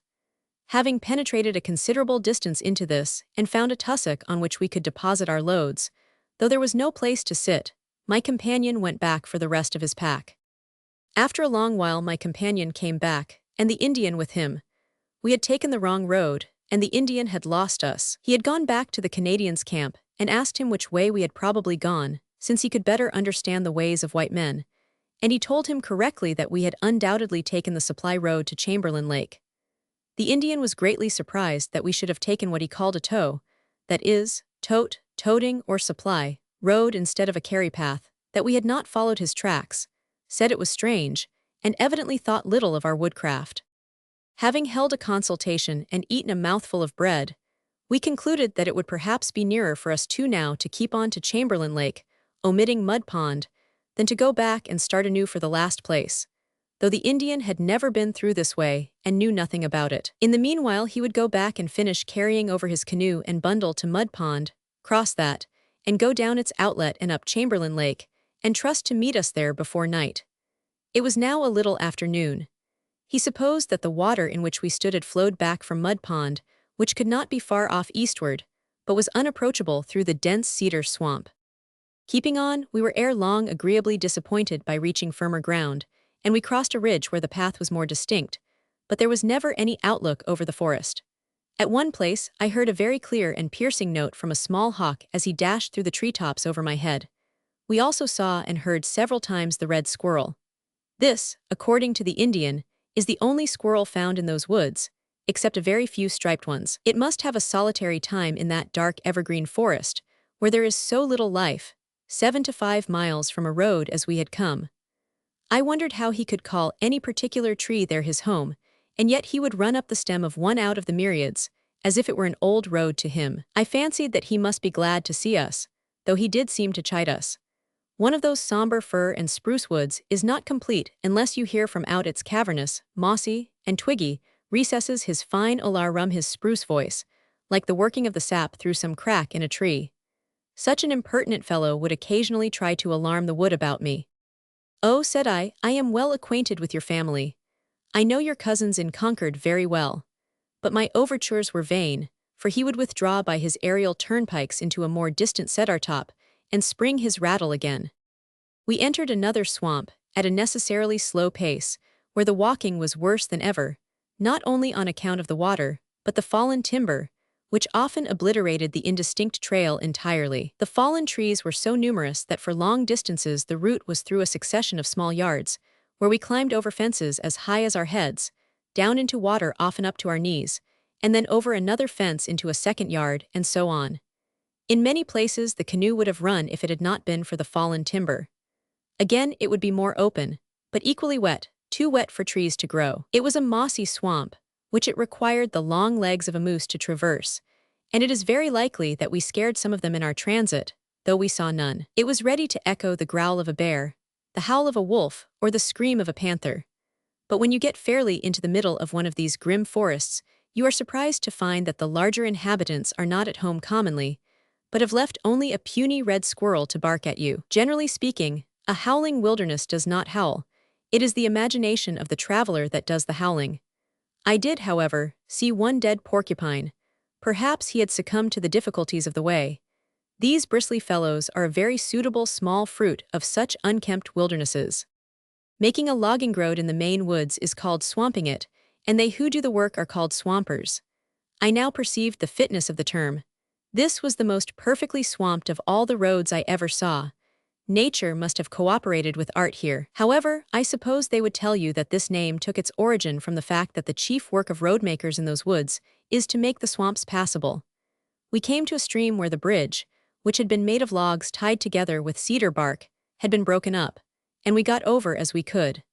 Such as it was, this ruined bridge was the chief evidence that we were on a path of any kind. We then crossed another low rising ground, and I who wore shoes had an opportunity to wring out my stockings, but my companion, who used boots, had found that this was not a safe experiment for him, for he might not be able to get his wet boots on again. He went over the whole ground or water 3 times, for which reason our progress was very slow. Beside that, the water softened our feet, and to some extent unfitted them for walking. As I sat waiting for him, it would naturally seem an unaccountable time that he was gone. Therefore, as I could see through the woods that the sun was getting low, and it was uncertain how far the lake might be, even if we were on the right course, and in what part of the world we should find ourselves at nightfall, I proposed that I should push through with what speed I could, leaving boughs to mark my path, and find the lake and the Indian, if possible, before night, and send the latter back to carry my companion's bag. Having gone about a mile, I heard a noise like the note of an owl, which I soon discovered to be made by the Indian, and answering him, we soon came together. He had reached the lake after crossing Mud Pond and running some rapids below it, and had come up about 1.5 miles on our path. If he had not come back to meet us, we probably should not have found him that night, for the path branched once or twice before reaching this particular part of the lake. So he went back for my companion and his bag. Having waded through another stream, where the bridge of logs had been broken up and half floated away, we continued on through alternate mud and water to the shores of Apmoojenegamook Lake, which we reached in season for a late supper, instead of dining there, as we had expected, having gone without our dinner. It was at least 5 miles by the way we had come, and as my companion had gone over most of it 3 times, he had walked full a dozen miles. In the winter, when the water is frozen and the snow is 4 feet deep, it is no doubt a tolerable path to a footman. If you want an exact recipe for making such a road, take 1 part Mud Pond and dilute it with equal parts of Umbazookskus and Apmoojenegamook. Then send a family of musquash through to locate it, look after the grades and culverts, and finish it to their minds, and let a hurricane follow to do the fencing. We had come out on a point extending into Apmoojenegamook, or Chamberlain Lake, where there was a broad, gravelly, and rocky shore, encumbered with bleached logs and trees. We were rejoiced to see such dry things in that part of the world, but at first we did not attend to dryness so much as to mud and wetness. We all 3 walked into the lake up to our middle to wash our clothes. This was another noble lake, 12 miles long. If you add Telos Lake, which, since the dam was built, has been connected with it by dead water, it will be 20, and it is apparently from 1.5 miles to 2 miles wide. We were about midway its length on the south side. We could see the only clearing in these parts, called the Chamberlain Farm, with 2 or 3 log buildings close together, on the opposite shore, some 2.5 miles distant.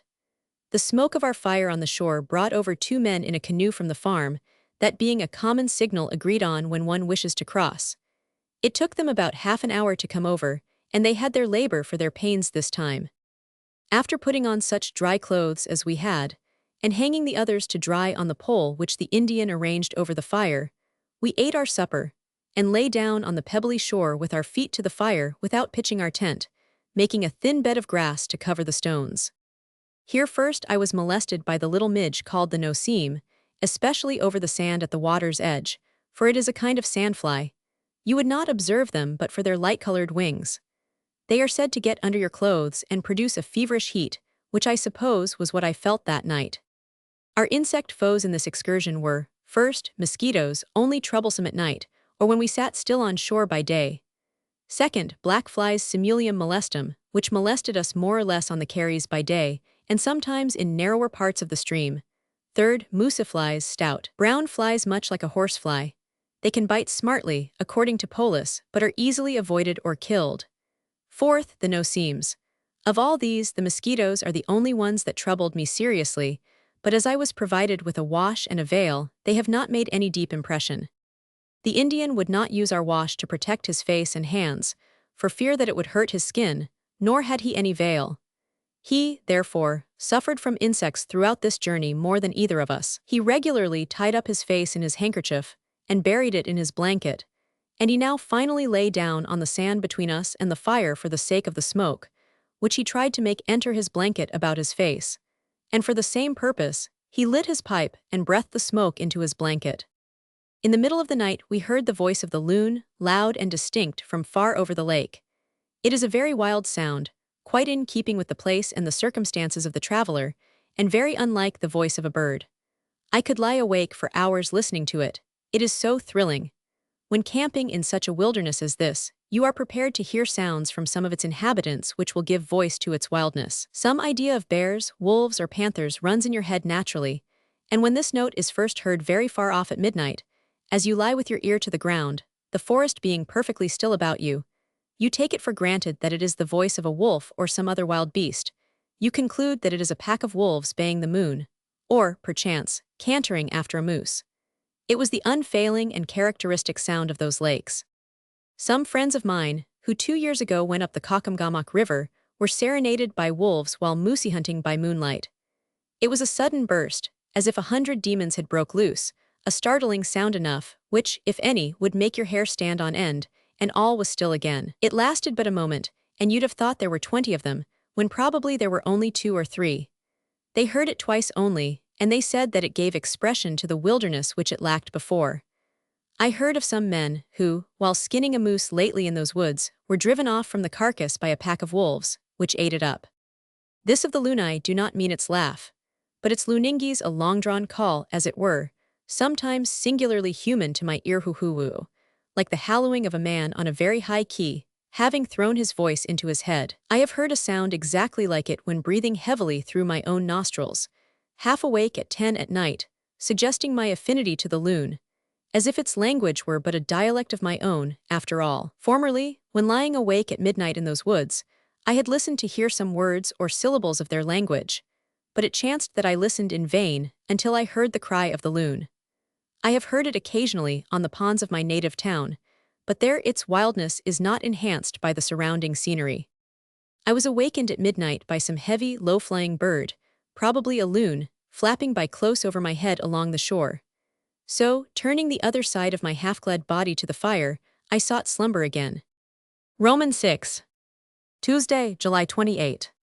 When we awoke, we found a heavy dew on our blankets. I lay awake very early and listened to the clear, shrill tt, tt of the white-throated sparrow, repeated at short intervals without the least variation, for half an hour, as if it could not enough express its happiness.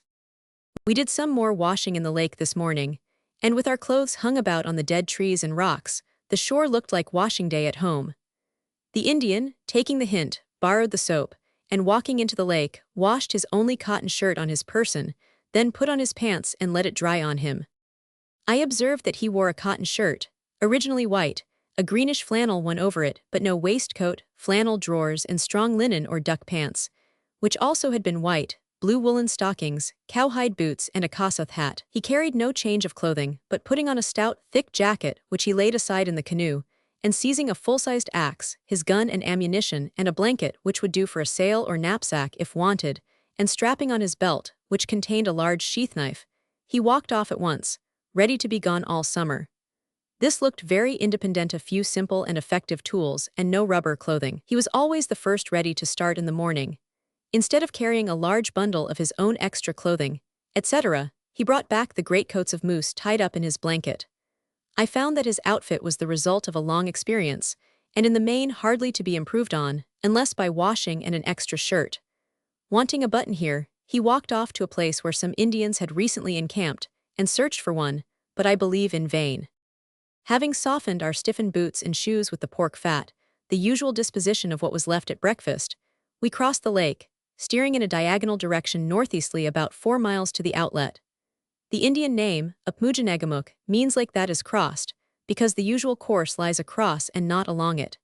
We did not intend to go far down the Allagash, but merely to get a view of the lakes which are its source, and then return this way to the east branch of the Penobscot. After reaching the middle of the lake, we found the waves pretty high, and the Indian warned my companion, who was nodding, that he must not allow himself to fall asleep in the canoe lest he should upset us, adding that when Indians want to sleep in a canoe, they lie down straight on the bottom, but in this crowded one that was impossible. However, he said that he would nudge him if he saw him nodding. A belt of dead trees stood all around the lake, some far out in the water, with others prostrate behind them, and they made the shore, for the most part, almost inaccessible. This is the effect of the dam at the outlet. Thus the natural sandy or rocky shore with its green fringe was concealed and destroyed. We coasted westward along the north side, searching for the outlet, about quarter of a mile distant from this savage-looking shore, on which the waves were breaking violently, knowing that it might easily be concealed amid this rubbish or by the overlapping of the shore.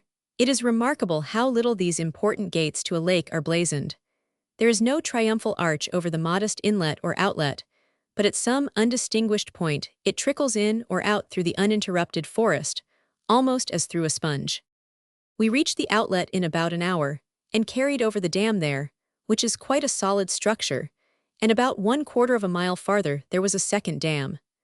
The result of this particular damming about Chamberlain Lake is that the headwaters of the St. John are made to flow by Bangor. They have thus dammed all the larger lakes, raising their broad surfaces many feet, thus turning the forces of nature against herself, that they might float their spoils out of the country. They rapidly run out of these immense forests all the finer and more accessible pine timber, and then leave the bears to watch the decaying dams, not clearing nor cultivating the land, nor making roads, nor building houses, but leaving it a wilderness as they found it. In many parts only these dams remain, like deserted beaver dams. Think how much land they have flowed without asking nature's leave. The wilderness experiences a sudden rise of all her streams and lakes. She feels 10,000 vermin gnawing at the base of her noblest trees. Many combining drag them off, jarring over the roots of the survivors, and tumble them into the nearest stream, till, the fairest having fallen, they scamper off to ransack some new wilderness, and all is still again. It is as when a migrating army of mice girdles a forest of pines. The chopper fells trees from the same motive that the mouse gnaws them to get his living.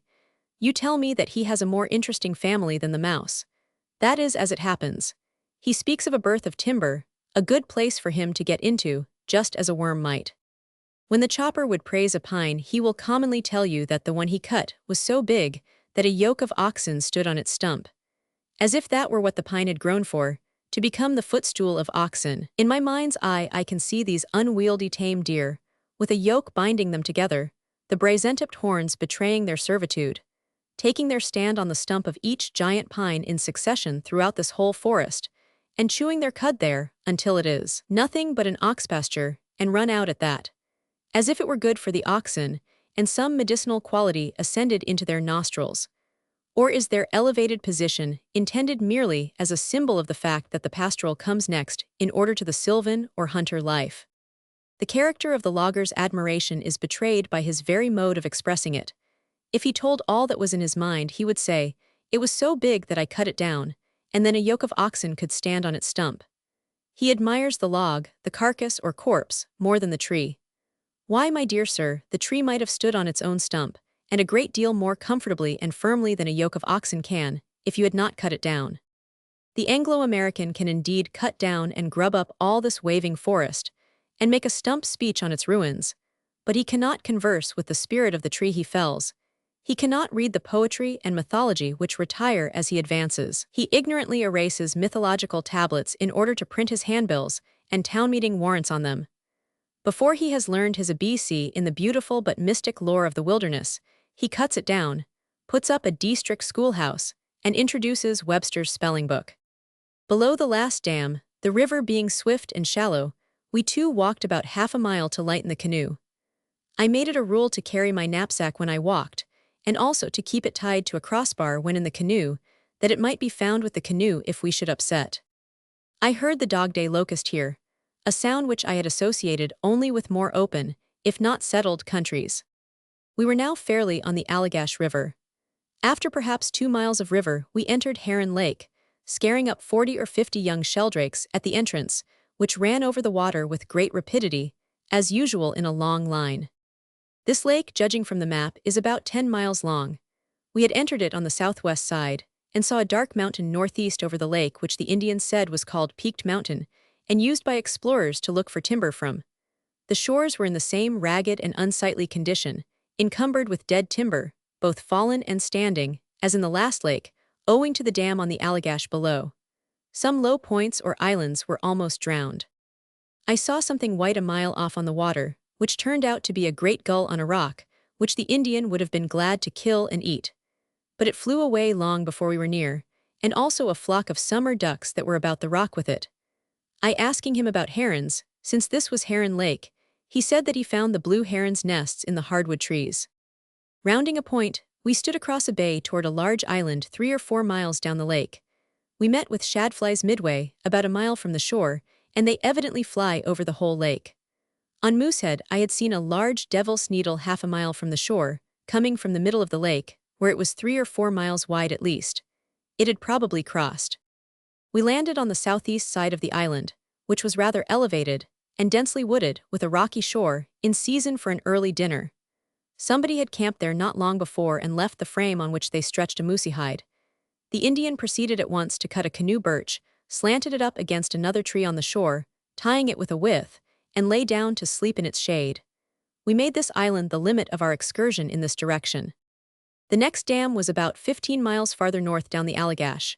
We had been told in Bangor of a man who lived alone, a sort of hermit, at that dam to take care of it, who spent his time tossing a bullet from one hand to the other, for want of employment. This sort of tit-for-tat intercourse between his two hands, bandying to and fro a leaden subject, seems to have been his symbol for society. There was another island visible toward the north end of the lake, with an elevated clearing on it, but we learned afterward that it was not inhabited, had only been used as a pasture for cattle which summered in these woods. This unnaturally smooth-shaven, squarish spot, in the midst of the otherwise uninterrupted forest, only reminded us how uninhabited the country was. You would sooner expect to meet a bear than an ox in such a clearing. At any rate, it must have been a surprise to the bears when they came across it. Such, seen far or near, you know at once to be man's work, for nature never does it. In order to let in the light to the earth, he clears off the forest on the hillsides and plains, and sprinkles fine grass seed like an enchanter, and so carpets the earth with a firm sward. Polis had evidently more curiosity respecting the few settlers in those woods than we. If nothing was said, he took it for granted that we wanted to go straight to the next log hut. Having observed that we came by the log huts at Chesuncook and the blind Canadians at the Mud Pond Carry, without stopping to communicate with the inhabitants, he took occasion now to suggest that the usual way was, when you came near a house, to go to it, and tell the inhabitants what you had seen or heard, and then they told you what they had seen. But we laughed and said that we had had enough of houses for the present, and had come here partly to avoid them. In the meanwhile, the wind, increasing, blew down the Indians' birch, and created such a sea that we found ourselves prisoners on the island, the nearest shore being perhaps a mile distant, and we took the canoe out to prevent its drifting away. We did not know but we should be compelled to spend the rest of the day and the night there. At any rate, the Indian went to sleep again, my companion busied himself drying his plants, and I rambled along the shore westward, which was quite stony, and obstructed with fallen bleached or drifted trees for 4 or 5 rods in width. Our Indian said that he was a doctor, and could tell me some medicinal use for every plant I could show him. I immediately tried him.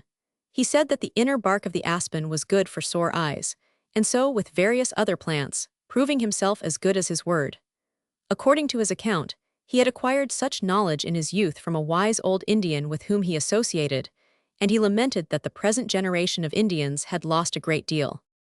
He said that the caribou was a very great runner, that there were none about this lake now, though there used to be many, and pointing to the belt of dead trees caused by the dams, he added, "No lickum stump. When he sees that he's scared." Pointing southeasterly over the lake and distant forest, he observed, "Me go Old Town in 3 days." I asked how he would get over the swamps and fallen trees. "Oh," said he, "in winter all covered, go anywhere on snowshoes, right across lakes." What a wilderness walk for a man to take alone.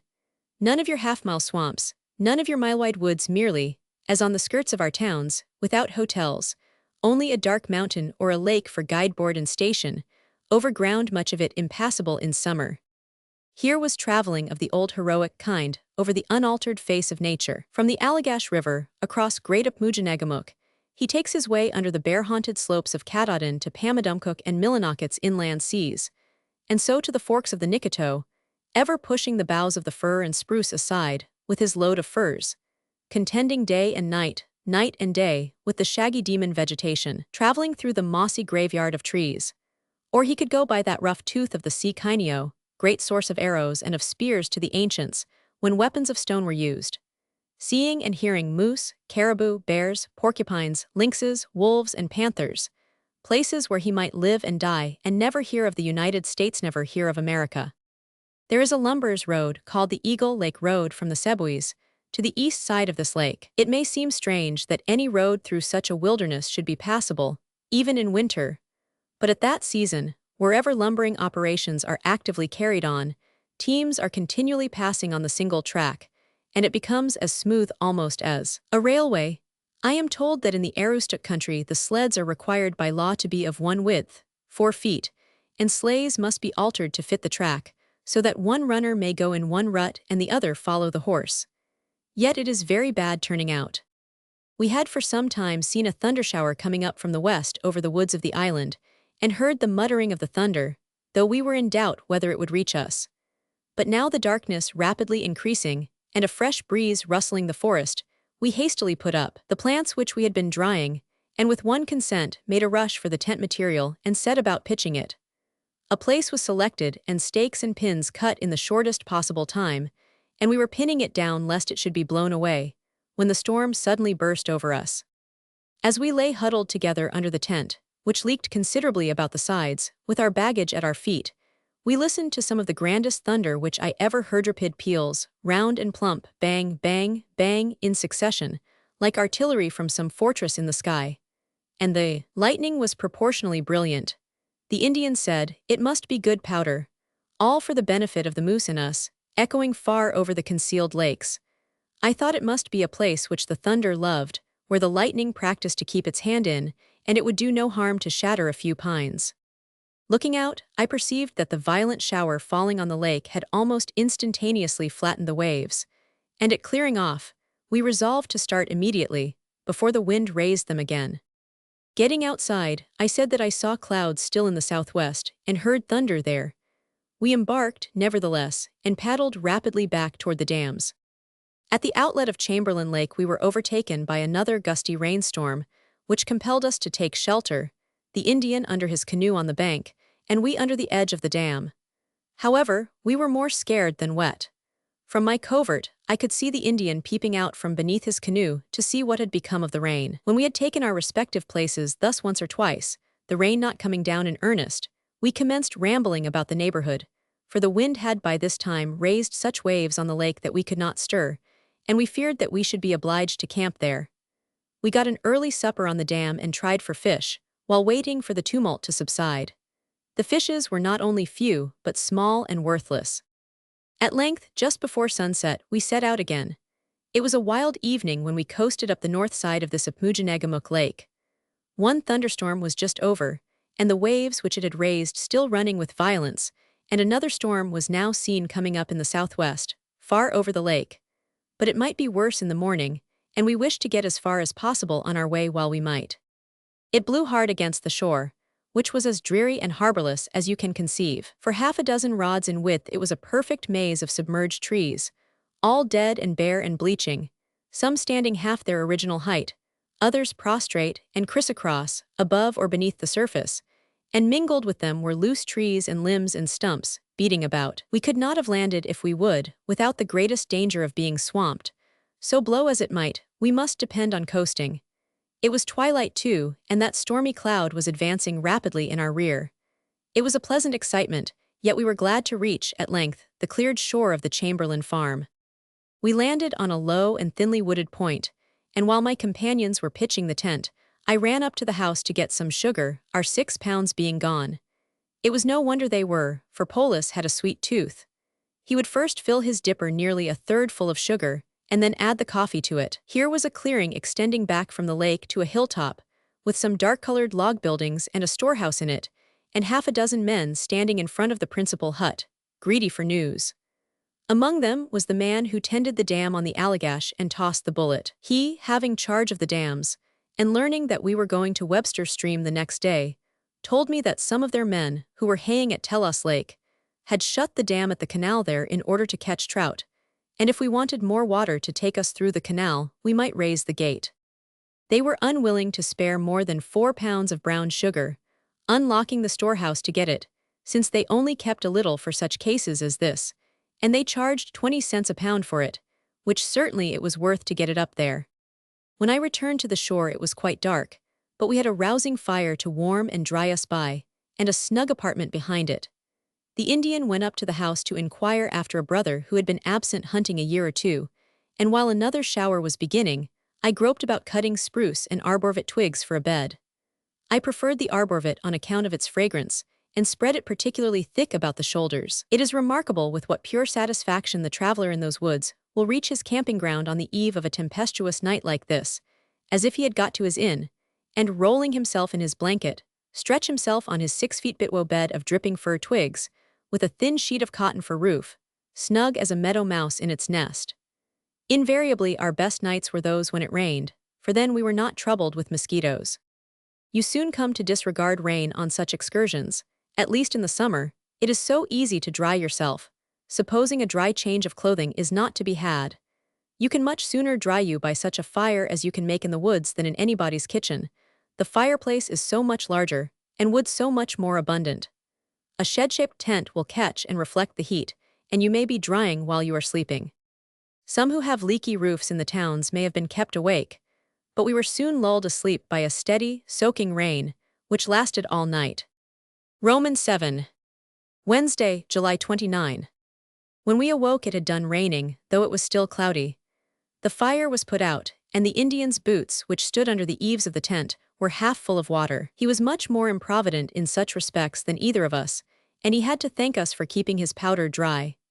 We decided to cross the lake at once, before breakfast, and before starting, I took the bearing of the shore which we wished to strike, about 3 miles distant, lest a sudden misty rain should conceal it when we were midway. Though the bay in which we were was perfectly quiet and smooth, we found the lake already wide awake outside, but not dangerously or unpleasantly so. Nevertheless, when you get out on one of those lakes in a canoe like this, you do not forget that you are completely at the mercy of the wind, and a fickle power it is. The playful waves may at any time become too rude for you in their sport, and play right on over you. After much steady paddling and dancing over the dark waves, we found ourselves in the neighborhood of the southern land. We breakfasted on a rocky point, the first convenient place that offered. It was well enough that we crossed thus early, for the waves now ran quite high, but beyond this point we had comparatively smooth water. You can commonly go along one side or the other of a lake, when you cannot cross it.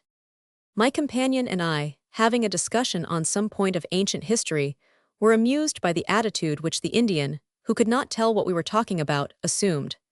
He constituted himself umpire, and judging by our air and gesture, he very seriously remarked from time to time, "You beat," or "he beat." Leaving a spacious bay on our left, we entered through a short strait into a small lake a couple of miles over, and thence into Telos Lake. This curved round toward the northeast, and may have been 3 or 4 miles long as we paddled. The outlet from the lake into the east branch of the Penobscot is an artificial one, and it was not very apparent where it was exactly. But the lake ran curving far up northeasterly into 2 narrow valleys or ravines, as if it had for a long time been groping its way toward the Penobscot waters. By observing where the horizon was lowest, and following the longest of these, we at length reached the dam, having come about a dozen miles from the last camp. Somebody had left a line set for trout, and the jackknife with which the bait had been cut on the dam beside it, and on a log close by, a loaf of bread. These proved the property of a solitary hunter, whom we soon met, and canoe and gun and traps were not far off. He told us that it was 20 miles to the foot of Grand Lake, and that the first house below the foot of the lake, on the east branch, was Hunt's, about 4 to 5 miles farther. This hunter, who was a quite small, sunburnt man, having already carried his canoe over, had nothing so interesting and pressing to do as to observe our transit. He had been out a month or more alone. How much more respectable is the life of the solitary pioneer or settler in these, or any woodshaving real difficulties, not of his own creation, drawing his subsistence directly from naturethan, that of the helpless multitudes in the towns, who depend on gratifying the extremely artificial wants of society, and are thrown out of employment by hard times. Telos Lake, the head of the St. John on this side, and Webster Pond, the head of the east branch of the Penobscot, are only about a mile apart, and they are connected by a ravine, in which but little digging was required to make the water of the former, which is the highest, flow into the latter. This canal is something less than a mile long, and about 4 rods wide. The rush of the water has produced such changes in the canal that it has now the appearance of a very rapid mountain stream flowing through a ravine, and you would not suspect that any digging had been required to persuade the waters of the St. John to flow into the Penobscot here. It was so winding that one could see but a little way down.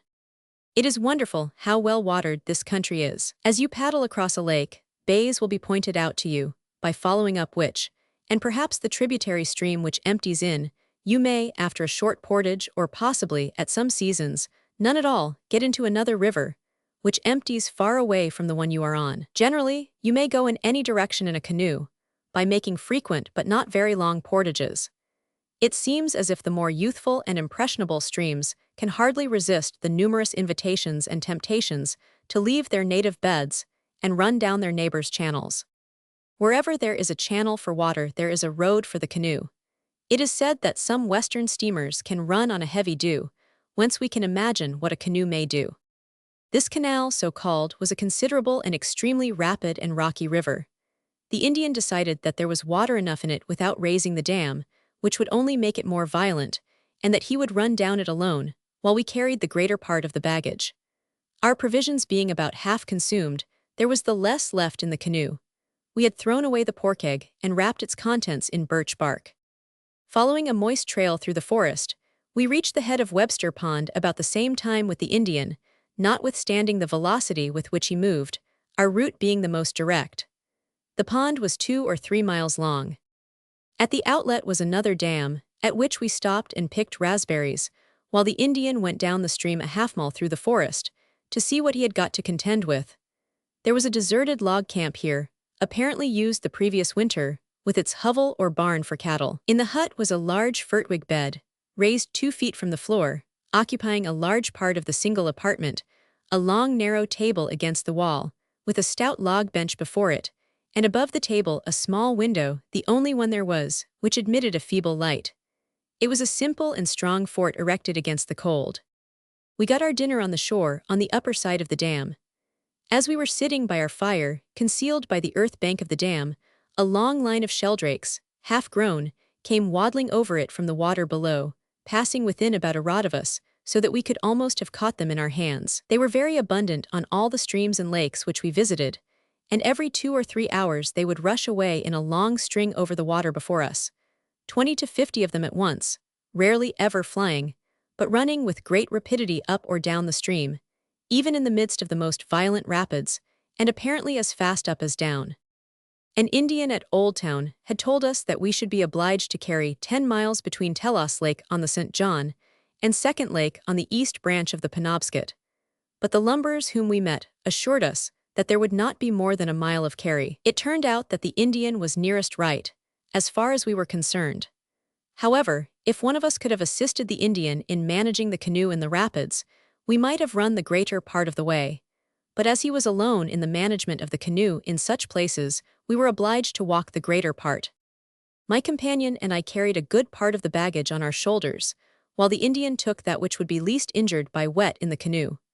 We did not know when we should see him again, for he had not been this way since the canal was cut. He agreed to stop when he got to smooth water, come up and find our path if he could, and halloo for us, and after waiting a reasonable time go on and try Aginand, we were to look out in like manner for him. He commenced by running through the sluiceway and over the dam, as usual, standing up in his tossing canoe, and was soon out of sight behind a point in a wild gorge. This Webster stream is well known to lumbermen as a difficult one. It is exceedingly rapid and rocky, and also shallow, and can hardly be considered navigable, unless that may mean that what is launched in it is sure to be carried swiftly down it, though it may be dashed to pieces by the way. It is somewhat like navigating a thunderspout. With commonly an irresistible force urging you on, you have got to choose your own course each moment between the rocks and shallows, and to get into it, moving forward always with the utmost possible moderation, and often holding on, if you can, that you may inspect the rapids before you. By the Indian's direction, we took an old path on the south side, which appeared to keep down the stream.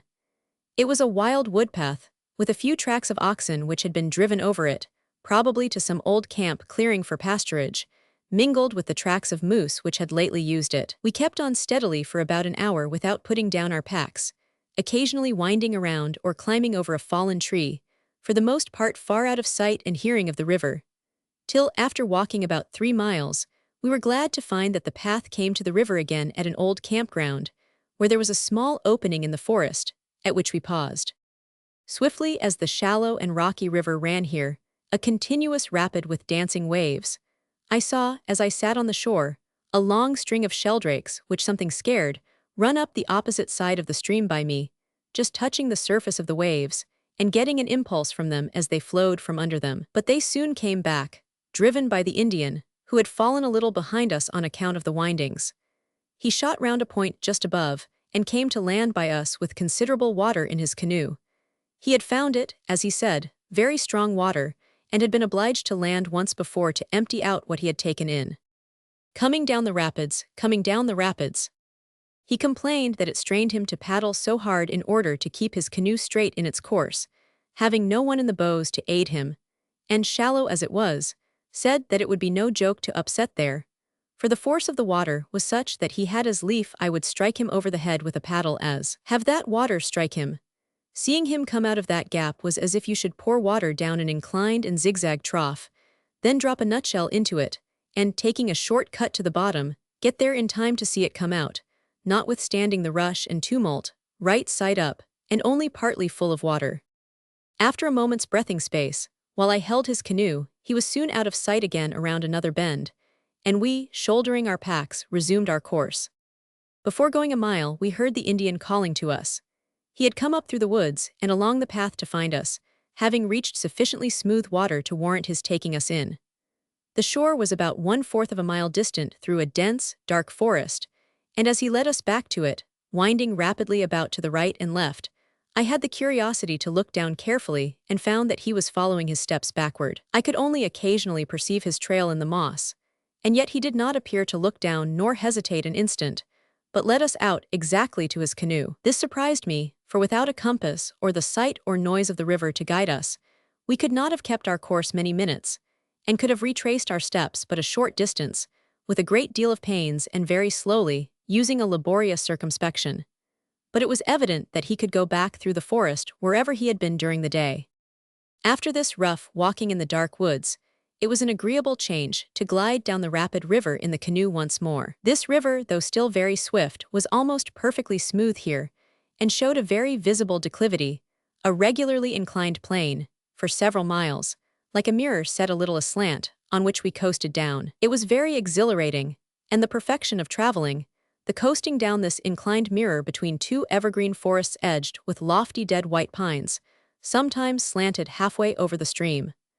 I saw some monsters there, nearly destitute of branches, and scarcely diminishing in diameter for 80 or 90 feet.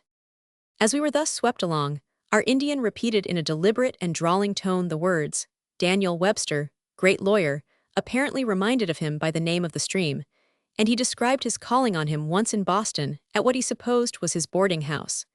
He had no business with him, but merely went to pay his respects, as we should say. It was on the day after Webster delivered his Bunker Hill oration. The first time he called he waited till he was tired without seeing him, and then went away. The next time he saw him go by the door of the room in which he was waiting several times, in his shirt sleeves, without noticing him. He thought that if he had come to see Indians they would not have treated him so. At length, after very long delay, he came in, walked toward him, and asked in a loud voice, gruffly, "What do you want?" And he, thinking at first, by the motion of his hand, that he was going to strike him, said to himself, "You'd better take care. If you try that I shall know what to do." He did not like him, and declared that all he said was not worth talk about a musquash.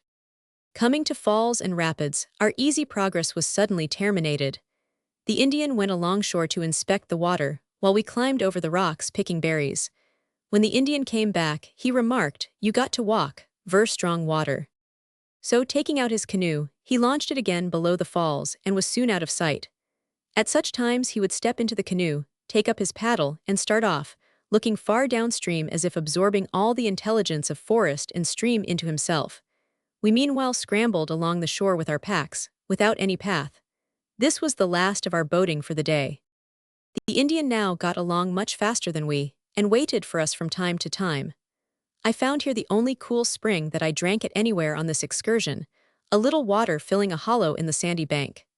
It was a quite memorable event, and due to the elevation of the country, for wherever else we had been the water in the rivers, and the streams emptying in was dead and warm, compared with that of a mountainous region. It was very bad walking along the shore over fallen and drifted trees and bushes, and rocks, from time to time swinging ourselves round over the water, or else taking to a gravel bar or going inland. At one place, the Indian being ahead, I was obliged to take off all my clothes in order to ford a small but deep stream emptying in, while my companion, who was inland, found a rude bridge, high up in the woods, and I saw no more of him for some time. I saw their very fresh moose tracks, and I passed one white pine log, lodged in the forest near the edge of the stream, which was quite 5 feet in diameter at the butt. Shortly after this, I overtook the Indian at the edge of some burnt land, which extended 3 or 4 miles at least, beginning about 3 miles above Second Lake, which we were expecting to reach that night. This burnt region was still more rocky than before, but though comparatively open, we could not yet see the lake. Not having seen my companion for some time, I climbed with the Indian a high rock on the edge of the river, forming a narrow ridge only a foot or 2 wide at top, in order to look for him. After calling many times, I at length heard him answer from a considerable distance inland, he having taken a trail which led off from the river, and being now in search of the river again. Seeing a much higher rock of the same character, about 1/3 of a mile farther downstream, I proceeded toward it through the burnt land, in order to look for the lake from its summit, and hallooing all the while that my companion might join me on the way. Before we came together, I noticed where a moose, which possibly I had scared by my shouting, had apparently just run along a large rotten trunk of a pine, which made a bridge 30 or 40 feet long over a hollow, as convenient for him as for me. The tracks were as large as those of an ox, but an ox could not have crossed there. This burnt land was an exceedingly wild and desolate region. Judging by the weeds and sprouts, it appeared to have been burnt about 2 years before. It was covered with charred trunks, either prostrate or standing, which crocked our clothes and hands. Great shells of trees, sometimes unburnt without or burnt on one side only but black within, stood 20 or 40 feet high. The fire had run up inside as in a chimney, leaving the sapwood. There were great fields of fireweed, which presented masses of pink. Intermixed with these were blueberry and raspberry bushes. Having crossed a second rocky ridge, when I was beginning to ascend the third, the Indian, whom I had left on the shore, beckoned to me to come to him, but I made sign that I would first ascend the rock before me. My companion accompanied me to the top. There was a remarkable series of these great rock waves revealed by the burning breakers, as it were. No wonder that the river that found its way through them was rapid and obstructed by falls. We could see the lake over the woods, and that the river made an abrupt turn southward around the end of the cliff on which we stood, and that there was an important fall in it a short distance below us. I could see the canoe 100 rods behind, but now on the opposite shore, and supposed that the Indian had concluded to take out and carry round some bad rapids on that side. But after waiting a while, I could still see nothing of him, and I began to suspect that he had gone inland to look for the lake from some hilltop on that side. This proved to be the case, for after I had started to return to the canoe, I heard a faint halloo, and descried him on the top of a distant rocky hill. I began to return along the ridge toward the angle in the river. My companion inquired where I was going, to which I answered that I was going far enough back to communicate with the Indian. When we reached the shore, the Indian appeared from out the woods on the opposite side, but on account of the roar of the water, it was difficult to communicate with him. He kept along the shore westward to his canoe, while we stopped at the angle where the stream turned southward around the precipice. I said to my companion that we would keep along the shore and keep the Indian in sight. We started to do so, being close together, the Indian behind us having launched his canoe again, but I saw the latter beckoning to me, and I called to my companion, who had just disappeared behind large rocks at the point of the precipice on his way down the stream, that I was going to help the Indian. I did so, helped get the canoe over a fall, lying with my breast over a rock, and holding one end while he received it below end. Within 10 or 15 minutes, I was back at the point where the river turned southward, while Polis glided down the river alone, parallel with me. But to my surprise, when I rounded the precipice, though the shore was bare of trees, without rocks, for a quarter of a mile at least, my companion was not to be seen. It was as if he had sunk into the earth. This was the more unaccountable to me, because I knew that his feet were very sore, and that he wished to keep with the party. I hastened along, hallooing and searching for him, thinking he might be concealed behind a rock, but the Indian had got along faster in his canoe, till he was arrested by the falls, about a quarter of a mile below. He then landed, and said that we could go no farther that night. The sun was setting, and on account of falls and rapids, we should be obliged to leave this river and carry a good way into another farther east. The first thing then was to find my companion, for I was now very much alarmed about him, and I sent the Indian along the shore downstream, which began to be covered with unburnt wood again just below the falls, while I searched backward about the precipice which we had passed. The Indian showed some unwillingness to exert himself, complaining that he was very tired in consequence of his day's work, that it had strained him getting down so many rapids alone, but he went off calling somewhat like an owl.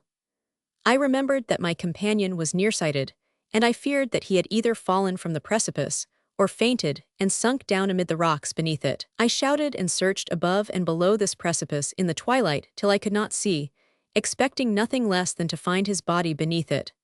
For half an hour, I anticipated and believed only the worst. I thought what I should do the next day if I did not find him, and how his relatives would feel if I should return without him. I felt that if he were really lost away from the river there, it would be a desperate undertaking to find him, and where were they who could help you? What would it be to raise the country, where there were only 2 or 3 camps, 20 or 30 miles apart, and no road, and perhaps nobody at home? I rushed down from this precipice to the canoe in order to fire the Indian's gun, but found that my companion had the caps. When the Indian returned, he said that he had seen his tracks once or twice along the shore. This encouraged me very much. He objected to firing the gun, saying that if my companion heard it, which was not likely, on account of the roar of the stream, it would tempt him to come toward us, and he might break his neck in the dark. For the same reason we refrained from lighting a fire on the highest rock. I proposed that we should both keep down the stream to the lake, or that I should go at any rate, but the Indian said, "No use, can't do anything in the dark. Come morning, then we find 'em. No harms make 'em camp. No bad animals here warm night hay well off as you and one." The darkness in the woods was by this so thick that it decided the question. We must camp where we were. I knew that he had his knapsack, with blankets and matches, and if well, would fare no worse than we, except that he would have no supper nor society. This side of the river being so encumbered with rocks, we crossed to the eastern or smoother shore, and proceeded to camp there within 2 or 3 rods of the falls. We pitched no tent, but lay on the sand, putting a few handfuls of grass and twigs under us, there being no evergreen at hand. For fuel we had some of the charred stumps. Our various bags of provisions had got quite wet in the rapids, and I arranged them about the fire to dry. The fall close by was the principal one on this stream, and it shook the earth under us. It was a cool, dewy night. I lay awake a good deal from anxiety. From time to time, I fancied that I heard his voice calling through the roar of the falls from the opposite side of the river, but it is doubtful if we could have heard him across the stream there. Sometimes I doubted whether the Indian had really seen his tracks, since he manifested an unwillingness to make much of a search. It was the most wild and desolate region we had camped in, where, if anywhere, one might expect to meet with befitting inhabitants, but I heard only the squeak of a nighthawk flitting over. The moon in her first quarter, in the forepart of the night, setting over the bare rocky hills garnished with tall, charred and hollow stumps or shells of trees, served to reveal the desolation. Roman 8. Thursday, July 30. I aroused the Indian early to go in search of our companion, expecting to find him within a mile or 2, farther down the stream.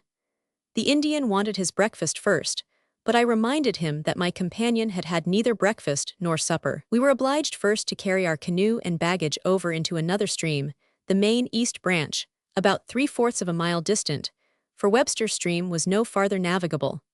We went twice over this carry, and the dewy bushes wet us through like water up to the middle. I hallooed from time to time, though I had little expectation that I could be heard over the roar of the rapids. In going over this portage the last time, the Indian, who was before me with the canoe on his head, stumbled and fell heavily once, and lay for a moment silent as if in pain. I hastily stepped forward to help him, asking if he was much hurt, but after a moment's pause, without replying, he sprang up and went forward. We had launched our canoe and gone but little way down the east branch, when I heard an answering shout from my companion, and soon after saw him standing on a point where there was a clearing a quarter of a mile below, and the smoke of his fire was rising nearby. Before I saw him, I naturally shouted again and again, but the Indian curtly remarked, He hears you, as if once was enough. It was just below the mouth of Webster Stream. When we arrived, he was smoking his pipe and said that he had passed a pretty comfortable night, though it was rather cold on account of the dew. It appeared that when we stood together the previous evening, and I was shouting to the Indian across the river, he, being nearsighted, had not seen the Indian nor his canoe, and when I went back to the Indian's assistance, did not see which way I went, and supposed that we were below and not above him, and so, making haste to catch up, he ran away from us. Having reached this clearing, a mile or more below our camp, the night overtook him, and he made a fire in a little hollow, and lay down by it in his blanket, still thinking that we were ahead of him. He had stuck up the remnant of a lumberer's shirt, found on the point, on a pole by the waterside for a signal, and attached a note to it to inform us that he had gone on to the lake, and that if he did not find us there, he would be back in a couple of hours. If he had not found us soon, he had some thoughts of going back in search of the solitary hunter whom we had met at Telos Lake, 10 miles behind, and if successful, hire him to take him to Bangor. But if this hunter had moved as fast as we, he would have been 20 miles off by this time, and who could guess in what direction? It would have been like looking for a needle in a haymow to search for him in these woods. He had been considering how long he could live on berries alone. We all had good appetites for the breakfast which we made haste to cook here, and then, having partially dried our clothes, we glided swiftly down the winding stream towards Second Lake. As the shores became flatter with frequent sandbars, and the stream more winding in the lower land near the lake, elms and ash trees made their appearance, also the wild yellow lily, some of whose bulbs I collected for a soup. On some ridges the burnt land extended as far as the lake. This was a very beautiful lake, 2 or 3 miles long, with high mountains on the southwest side. The morning was a bright one, and perfectly still, the lake as smooth as glass, we making the only ripple as we paddled into it. The dark mountains about it were seen through a glaucous mist, and the white stems of canoe birches mingled with the other woods around it. The thrush sang on the distant shore, and the laugh of some loons, sporting in a concealed western bay, as if inspired by the morning, came distinct over the lake to us. The beauty of the scene may have been enhanced to our eyes by the fact that we had just come together after a night of some anxiety. Having paddled down 3/4 of the lake, we came to a standstill while my companion let down for fish. In the midst of our dreams of giant lake trout, even then supposed to be nibbling, our fisherman drew up a diminutive red perch, and we took up our paddles. It was not apparent where the outlet of the lake was, and while the Indian thought it was in one direction, I thought it was in another. He said, "I bet you 4pence it is there," but he still held on in my direction, which proved to be the right one. As we were approaching the outlet, he suddenly exclaimed, "Moose! Moose!" and told us to be still. He put a cap on his gun, and standing up in the stern, rapidly pushed the canoe straight toward the shore and the moose. It was a cow moose, about 30 rods off, standing in the water by the side of the outlet, partly behind some fallen timber and bushes, and at that distance she did not look very large. She was flapping her large ears, and from time to time poking off the flies with her nose from some part of her body. She did not appear much alarmed by our neighborhood, only occasionally turned her head and looked straight at us, and then gave her attention to the flies again. As we approached nearer, she got out of the water, stood higher, and regarded us more suspiciously. Polis pushed the canoe steadily forward in the shallow water, but the canoe soon grounded in the mud 8 or 10 rods distant from the moose, and the Indian seized his gun. After standing still a moment, she turned so as to expose her side, and he improved this moment to fire, over our heads. She thereupon moved off 8 or 10 rods at a moderate pace across a shallow bay to the opposite shore, and she stood still again while the Indian hastily loaded and fired twice at her, without her moving. My companion, who passed him his caps and bullets, said that Polis was as excited as a boy of 15, that his hand trembled, and he once put his ramrod back upside down. The Indian now pushed quickly and quietly back, and a long distance round, in order to get into the outlet, for he had fired over the neck of a peninsula between it and the lake, till we approached the place where the moose had stood, when he exclaimed, "She is a goner. Shooting the moose, shooting the moose." There, to be sure, she lay perfectly dead, just where she had stood to receive the last shots. Using a tape, I found that the moose measured 6 feet from the shoulder to the tip of the hoof and was 8 feet long. Polis, preparing to skin the moose, asked me to help him find a stone on which to sharpen his large knife. It being flat alluvial ground, covered with red maples, etc., This was no easy matter. We searched far and wide a long time till at length I found a flat kind of slate stone, on which he soon made his knife very sharp. While he was skinning the moose, I proceeded to ascertain what kind of fishes were to be found in the sluggish and muddy outlet. The greatest difficulty was to find a pole. It was almost impossible to find a slender, straight pole 10 or 12 feet long in those woods. You might search half an hour in vain. They are commonly spruce, arborvitae, fir, etc., short, stout, and branchy, and do not make good fish poles, even after you have patiently cut off all their tough and scraggy branches. The fishes were red perch and chivin. The Indian, having cut off a large piece of sirloin, the upper lip and the tongue, wrapped them in the hide, and placed them in the bottom of the canoe, observing that there was 1 man, meaning the weight of 1. Our load had previously been reduced some 30 pounds, but 100 pounds were now added, which made our quarters still more narrow, and considerably increased the danger on the lakes and rapids, as well as the labor of the carries. The skin was ours according to custom, since the Indian was in our employ, but we did not think of claiming it. He, being a skillful dresser of moose hides, would make it worth $7 or $8 to him, as I was told. He said that he sometimes earned $50 or $60 in a day at them. He had killed 10 moose in 1 day, though the skinning and all took 2 days. This was the way he had got his property. We continued along the outlet through a swampy region, by a long, winding deadwater, very much choked up by wood, where we were obliged to land sometimes in order to get the canoe over a log. It was hard to find any channel, and we did not know but we should be lost in the swamp. It abounded in ducks, as usual. At length we reached Grand Lake. We stopped to dine on an interesting rocky island, securing our canoe to the cliffy shore. Here was a good opportunity to dry our dewy blankets on the open sunny rock. Indians had recently camped here and accidentally burned over the western end of the island. Polis picked up a gun case of blue broadcloth and said that he knew the Indian it belonged to and would carry it to him. His tribe is not so large, but he may know all its effects. We proceeded to make a fire and cook our dinner amid some pines. I saw where the Indians had made canoes in a little secluded hollow in the woods, on the top of the rock, where they were out of the wind, and large piles of whittlings remained. This must have been a favorite resort of their ancestors, and indeed we found here the point of an arrowhead, such as they have not used for 2 centuries and now know not how to make. The Indian picked up a yellowish curved bone by the side of our fireplace and asked me to guess what it was. It was one of the upper incisors of a beaver, on which some party had feasted within a year or 2. I found also most of the teeth and the skull. We here dined on fried moose meat. Our blankets being dry, we set out again, the Indian, as usual, having left his gazette on a tree. We paddled southward, keeping near the western shore. The Indian did not know exactly where the outlet was, and he went feeling his way by a middle course between 2 probable points, from which he could diverge either way at last without losing much distance. In approaching the south shore, as the clouds looked gusty and the waves ran pretty high, we so steered as to get partly under the lee of an island, though at a great distance from it. I could not distinguish the outlet till we were almost in it, and heard the water falling over the dam there. Here was a considerable fall, and a very substantial dam, but no sign of a cabin or camp. While we loitered here, Polis took occasion to cut with his big knife some of the hair from his moosey hide, and so lightened and prepared it for drying.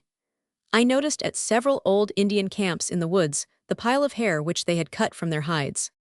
Having carried over the dam, he darted down the rapids, leaving us to walk for a mile or more, where for the most part there was no path, but very thick and difficult traveling near the stream. He would call to let us know where he was waiting for us with his canoe, when, on account of the windings of the stream, we did not know where the shore was. But he did not call often enough, forgetting that we were not Indians. He seemed to be very saving of his breath, yet he would be surprised if we went by, or did not strike the right spot. This was not because he was unaccommodating, but a proof of superior manners. Indians like to get along with the least possible communication and ado. He was really paying us a great compliment all the while, thinking that we preferred a hint to a kick.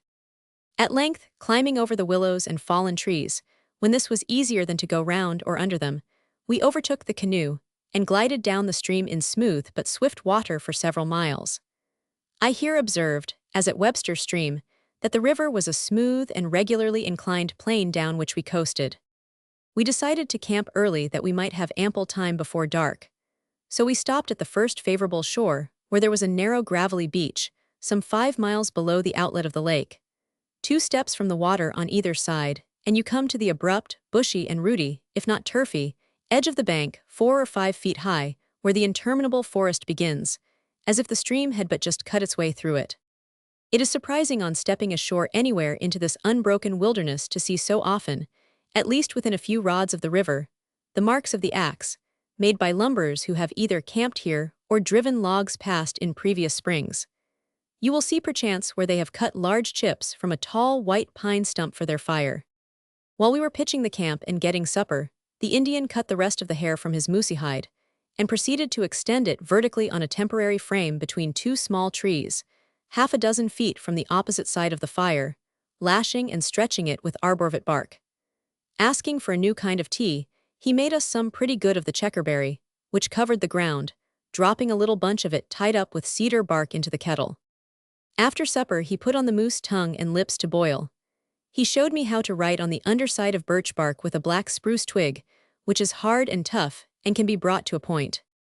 The Indian wandered off into the woods a short distance just before night, and coming back said, "Me found great treasure." "What's that?" we asked. "Steel traps, under a log, 30 or 40, I didn't count 'em. I guess Indian work worth $3 apiece." It was a singular coincidence that he should have chanced to walk to and look under that particular log in that trackless forest. I saw chivin and chub in the stream when washing my hands, but my companion tried in vain to catch them. I heard the sound of bullfrogs from a swamp on the opposite side. You commonly make your camp just at sundown, and are collecting wood, getting your supper, or pitching your tent, while the shades of night are gathering around and adding to the already dense gloom of the forest. You have no time to explore or look around you before it is dark. You may penetrate half a dozen rods farther into that twilight wilderness after some dry bark to kindle your fire with, and wonder what mysteries lie hidden still deeper in it. Or you may run down to the shore for a dipper of water, and get a clearer view for a short distance up or down the stream. And while you stand there, see a fish leap, or duck alight in the river, or hear a thrush or robin sing in the woods. But there is no sauntering off to see the country. 10 or 15 rods seems a great way from your companions, and you come back with the air of a much-traveled man, as from a long journey with adventures to relate. Though you may have heard the crackling of the fire, all the willinged at 100 rods you might be lost past recovery and have to camp out. It is all mossy and moosey. In some of those dense fir and spruce woods, there is hardly room for the smoke to go up. The trees are a standing night, and every fir and spruce which you fell is a plume plucked from night's raven wing. Then at night the general stillness is more impressive than any sound, but occasionally you hear the note of an owl farther or nearer in the woods, and if near a lake, the semi-human cry of the loons at their unearthly revels. Tonight the Indian lay between the fire and his stretched moosey hide, to avoid mosquitoes. Indeed, he also made a small smoky fire of damp leaves at his head and feet, and then as usual rolled up his head in his blanket. We with our veils and our wash were tolerably comfortable, but it would be difficult to pursue any sedentary occupation in the woods at this season. You cannot see to read much by the light of a fire through a veil in the evening, nor handle pencil and paper well with gloves or anointed fingers. Roman night. Friday, July 31. We had smooth but swift water for a considerable distance, where we glided rapidly along, scaring up ducks and kingfishers. But as usual, our smooth progress ere long come to an end, and we were obliged to carry canoe and all about half a mile down the right bank around some rapids or falls. It required sharp eyes sometimes to tell which side was the carry, before you went over the falls, but Polis never failed to land us rightly. The raspberries were particularly abundant and large here, and all hands went to eating them, the Indian remarking on their size. Often on bare rocky carries the trail was so indistinct that I repeatedly lost it, but when I walked behind him, I observed that he could keep it almost like a hound, and rarely hesitated, or, if he paused a moment on a bare rock, his eye immediately detected some sign which would have escaped me. Frequently we found no path at all at these places, and were to him unaccountably delayed. He would only say it was very strange. We had heard of a grand fall on this stream, and thought that each fall we came to must be it, but after christening several in succession with this name, we gave up the search. There were more grand or petty falls than I can remember. I cannot tell how many times we had to walk on account of falls or rapids. We were expecting all the while that the river would take a final leap and get to smooth water, but there was no improvement this forenoon. However, the carries were an agreeable variety, so surely as we stepped out of the canoe and stretched our legs, we found ourselves in a blueberry and raspberry garden, each side of our rocky trail being lined with one or both. There was not a carry on the main east branch where we did not find an abundance of both these berries, for these were the rockiest places, and partially cleared, such as these plants prefer, and there had been none to gather the finest before us. We bathed and dined at the foot of one of these carries. It was the Indian who commonly reminded us that it was dinner time, sometimes even by turning the prow to the shore. He once made an indirect but lengthy apology by saying that we might think it strange, but that one who worked hard all day was very particular to have his dinner in good season. At the most considerable fall on this stream, when I was walking over the carry close behind the Indian, he observed a track on the rock, which was but slightly covered with soil, and stooping, muttered, "Caribou." When we returned, he observed a much larger track near the same place, where some animal's foot had sunk into a small hollow in the rock, partly filled with grass and earth, and he exclaimed with surprise, "What that?" "Well, what is it?" I asked. Stooping and laying his hand in it, he answered with a mysterious air, and in a half-whisper, "Devil that is, Indian devil, or cowgarledges about hirvery bad animalpal rocks all to pieces." "How long since it was made?" I asked. "Today or yesterday," said he. We spent at least half the time in walking today. The Indian, being alone, commonly ran down far below the foot of the carries before he waited for us. The carapaths themselves were more than usually indistinct, often the route being revealed only by the countless small holes in the fallen timber made by the tacks in the driver's boots. It was a tangled and perplexing thicket, through which we stumbled and threaded our way, and when we had finished a mile of it, our starting point seemed far away. We were glad that we had not got to walk to Bangor along the banks of this river, which would be a journey of more than 100 miles. Think of the denseness of the forest, the fallen trees and rocks, the windings of the river, the streams emptying in, and the frequent swamps to be crossed. It made you shudder. Yet the Indian from time to time pointed out to us where he had thus crept along day after day when he was a boy of 10, and in a starving condition. He had been hunting far north of this with 2 grown Indians. The winter came on unexpectedly early, and the ice compelled them to leave their canoe at Grand Lake and walk down the bank. They shouldered their furs and started for Old Town. The snow was not deep enough for snowshoes, or to cover the inequalities of the ground. Polis was soon too weak to carry any burden, but he managed to catch one otter. This was the most they all had to eat on this journey, and he remembered how good the yellow lily roots were, made into a soup with the otter oil. He shared this food equally with the other 2, but being so small he suffered much more than they. He waded through the Mattawamkeag at its mouth, when it was freezing cold and came up to his chin, and he, being very weak and emaciated, expected to be swept away. The first house which they reached was at Lincoln, and thereabouts they met a white teamster with supplies, who, seeing their condition, gave them as much as they could eat. For 6 months after getting home, he was very low and did not expect to live, and was perhaps always the worse for it. For 7 or 8 miles below that succession of grand falls the aspect of the banks, as well as the character of the stream was changed. After passing a tributary from the northeast, we had swift smooth water. Low grassy banks and muddy shores began. Many elms as well as maples and more ash trees overhung the stream and supplanted the spruce.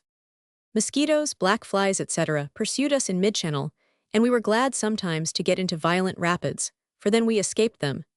As we glided swiftly down the inclined plane of the river, a great cat-owl launched itself away from a stump on the bank and flew heavily across the stream, and the Indian, as usual, imitated its note. Soon afterward, a white-headed eagle sailed down the stream before us. We drove him several miles, while we were looking for a good place to camp, for we expected to be overtaken by a shower, and still we could distinguish him by his white tail, sailing away from time to time from some tree by the shore still farther down the stream. Some shekorways being surprised by us, a part of them dived, and we passed directly over them, and could trace their course here and there by a bubble on the surface, but we did not see them come up. It was some time before we found a camping place, for the shore was either too grassy and muddy, where mosquitoes abounded, or too steep a hillside. We at length found a place to our minds, where, in a very dense spruce wood above a gravelly shore, there seemed to be but few insects. The trees were so thick that we were obliged to clear a space to build our fire and lie down in, and the young spruce trees that were left were like the wall of an apartment rising around us. We were obliged to pull ourselves up a steep bank to get there. But the place which you have selected for your camp, though never so rough and grim, begins at once to have its attractions, and becomes a very center of civilization to you. Home is home, be it never so homely. The mosquitoes were numerous, and the Indian complained a good deal, though he lay, as the night before, between 3 fires and his stretched hide. As I sat on a stump by the fire with a veil and gloves on, trying to read, he observed, "I make you candle." And in a minute he took a piece of birch bark about 2 inches wide and rolled it hard, like an allumette 15 inches long, lit it, fixed it by the other end horizontally in a split stick 3 feet high, and stuck it in the ground, turning the blazing end to the wind, and telling me to snuff it from time to time. It answered the purpose of a candle pretty well. I noticed, as I had before, that there was a lull among the mosquitoes about midnight, and that they began again in the morning. Apparently they need rest as well as we. Few, if any, creatures are equally active all night. As soon as it was light I saw, through my veil, that the inside of the tent about our heads was quite blackened with myriads, and their combined hum was almost as bad to endure as their stings. I had an uncomfortable night on this account, though I am not sure that one succeeded in his attempt to sting me. X. Saturday, Sunday, Monday, August 13. I caught 2 or 3 large red chivin within 20 feet of the camp, which, added to the moose tongue that had been left in the kettle boiling overnight, and to our other stores, made a sumptuous breakfast. The Indian made us some hemlock tea instead of coffee. This was tolerable, though he said it was not strong enough. It was interesting to see so simple a dish as a kettle of water, with a handful of green hemlock sprigs in it boiling over the huge fire in the open air, the leaves fast losing their lively green color, and know that it was for our breakfast. We were glad to embark once more and leave some of the mosquitoes behind. We found that we had camped about a mile above Hunt's, which is the last house for those who ascend Katahdin on this side. We had expected to ascend it from this point, but my companion was obliged to give up this on account of sore feet. The Indian, however, suggested that perhaps he might get a pair of moccasins at this place, and that he could walk very easily in them without hurting his feet, wearing several pairs of stockings, and he said beside that they were so porous that, when you had taken in water at all, drained out in a little while.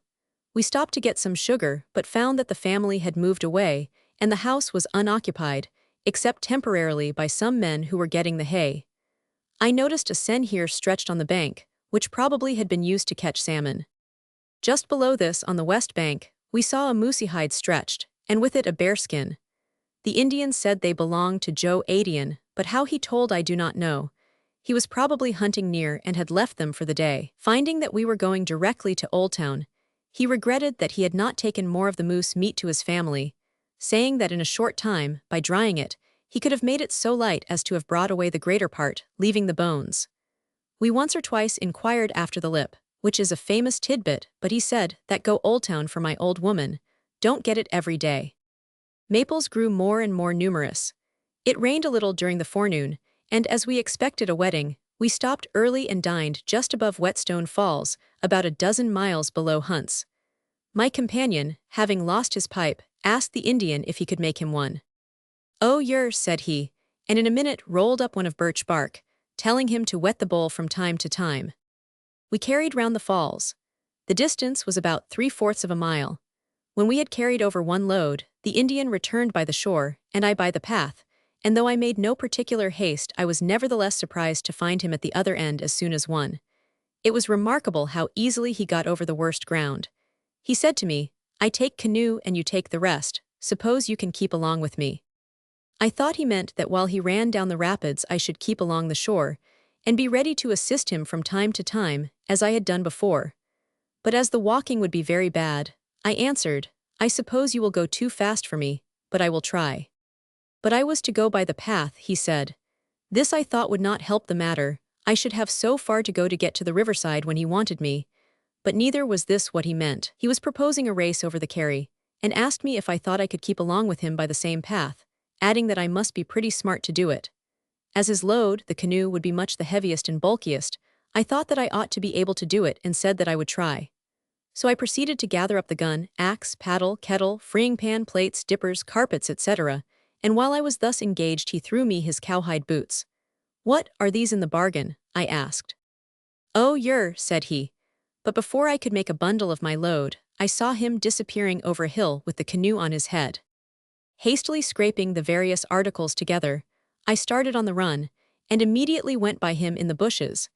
But I had no sooner left him out of sight in a rocky hollow than the greasy plates, dippers, etc., took to themselves wings, and while I was employed in gathering them up, he went by me.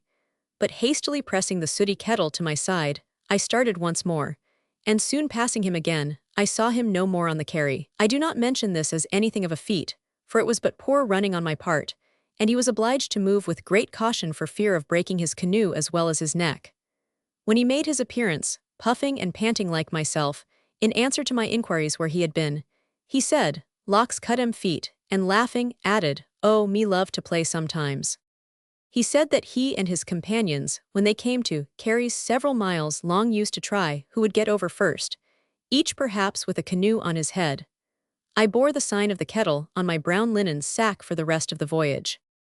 Carrying round the falls, carrying round the falls. As we approached the mouth of the East Branch, we passed 2 or 3 huts, the first sign of civilization after Hunts, though we saw no road as yet. We heard a cowbell, and even saw an infant held up to a small square window to see us pass. On entering the West Branch at Nicoto, Polis remarked that it was all smooth water hence to Old Town, and he threw away his pole which was cut on the Umbazookskus. We camped about 2 miles below Nicoto, covering with fresh twigs the withered bed of a former traveler, and feeling that we were now in a settled country, especially when in the evening we heard an ox sneeze in its wild pasture across the river. Wherever you land along the frequented part of the river, you have not far to go to find these sites of temporary inns, the withered bed of flattened twigs, the charred sticks, and perhaps the tent poles. Not long since, similar beds were spread along the Connecticut, the Hudson, and the Delaware, and longer still ago by the Thames and Seine, and they now help to make the soil where private and public gardens, mansions, and palaces are.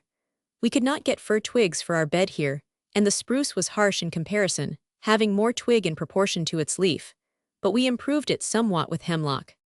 After the regular supper, we attempted to make a lily soup of the bulbs which I had brought along, for I wished to learn all I could before I got out of the woods. Following the Indian's directions, I washed the bulbs carefully, minced some moose meat and some pork, salted and boiled all together, but we had not the patience to try the experiment fairly, for he said it must be boiled till the roots were completely softened so as to thicken the soup like flour, but though we left it on all night, we found it dried to the kettle in the morning and not yet boiled to a flour. Perhaps the roots were not ripe enough, for they commonly gather them in the fall. The Indian's name for these bulbs was sheepnoc. He prepared to camp as usual between his moosey hide and the fire, but it beginning to rain suddenly, he took refuge under the tent with us, and gave us a song before falling asleep. It rained hard in the night and spoiled another box of matches for us, which the Indian had left out, for he was very careless, but we had so much the better night for the rain, since it kept the mosquitoes down. Sunday, a cloudy and unpromising morning. One of us observed to the Indian, "You did not stretch your moosey hide last night, did you, Mr. Polis?" Whereat he replied in a tone of surprise, though perhaps not of ill humor, "What you ask me that question for? Suppose I stretch you see may be your way talking, may be all right, no Indian way." I had observed that he did not wish to answer the same question more than once, and was often silent when it was put again, as if he were moody. Not that he was incommunicative, for he frequently commenced a long-winded narrative of his own, quadrupeded at length the tradition of some old battle, or some passage in the recent history of his tribe in which he had acted a prominent part, from time to time, drawing a long breath, and resuming the thread of his tale with the true storyteller's leisureliness. Especially after the day's work was over, and he had put himself in posture for the night, he would be unexpectedly sociable, and we would fall asleep before he got through. The Indian was quite sick this morning with the colic. I thought that he was the worse for the moose meat he had eaten. We reached the Mattawamkeag at 8:30 in the morning, in the midst of a drizzling rain, and after buying some sugar, set out again. The Indian growing much worse, we stopped in the north part of Lincoln to get some brandy for him, but failing in this, an apothecary recommended Brandreth's pills, which he refused to take because he was not acquainted with them. He said, "Me doctor first study my case, find out what ail him, then I know what to take." We stopped at mid-forenoon on an island and made him a dipper of tea. Here, too, we dined and did some washing and botanizing while he lay on the bank. In the afternoon, we went on a little farther. As a thundershower appeared to be coming up, we stopped opposite a barn on the west bank. Here we were obliged to spend the rest of the day and night, on account of our patient, whose sickness did not abate. He lay groaning under his canoe on the bank, looking very woebegone. You would not have thought, if you had seen him lying about thus, that he was worth $6,000 and had been to Washington. It seemed to me that he made a greater ado about his sickness than a Yankee does, and was more alarmed about himself. We talked somewhat of leaving him with his people in Lincoln, for that is one of their homes, but he objected on account of the expense, saying, "Suppose me well in morning, you and I go Old Town by noon." As we were taking our tea at twilight, while he lay groaning under his canoe, he asked me to get him a dipper of water. Taking the dipper in one hand, he seized his powder horn with the other, and pouring into it a charge or two of powder, stirred it up with his finger and drank it off. This was all he took today after breakfast beside his tea. To save the trouble of pitching our tent, when we had secured our stores from wandering dogs, we camped in the solitary half-open barn near the bank, with the permission of the owner, lying on new-mown hay 4 feet deep.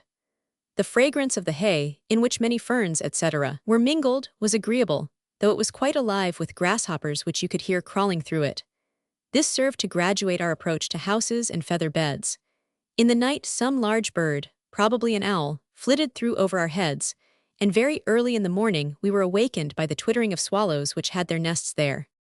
We started early before breakfast, the Indian being considerably better, and soon glided by Lincoln, and stopped to breakfast 2 or 3 miles below this town.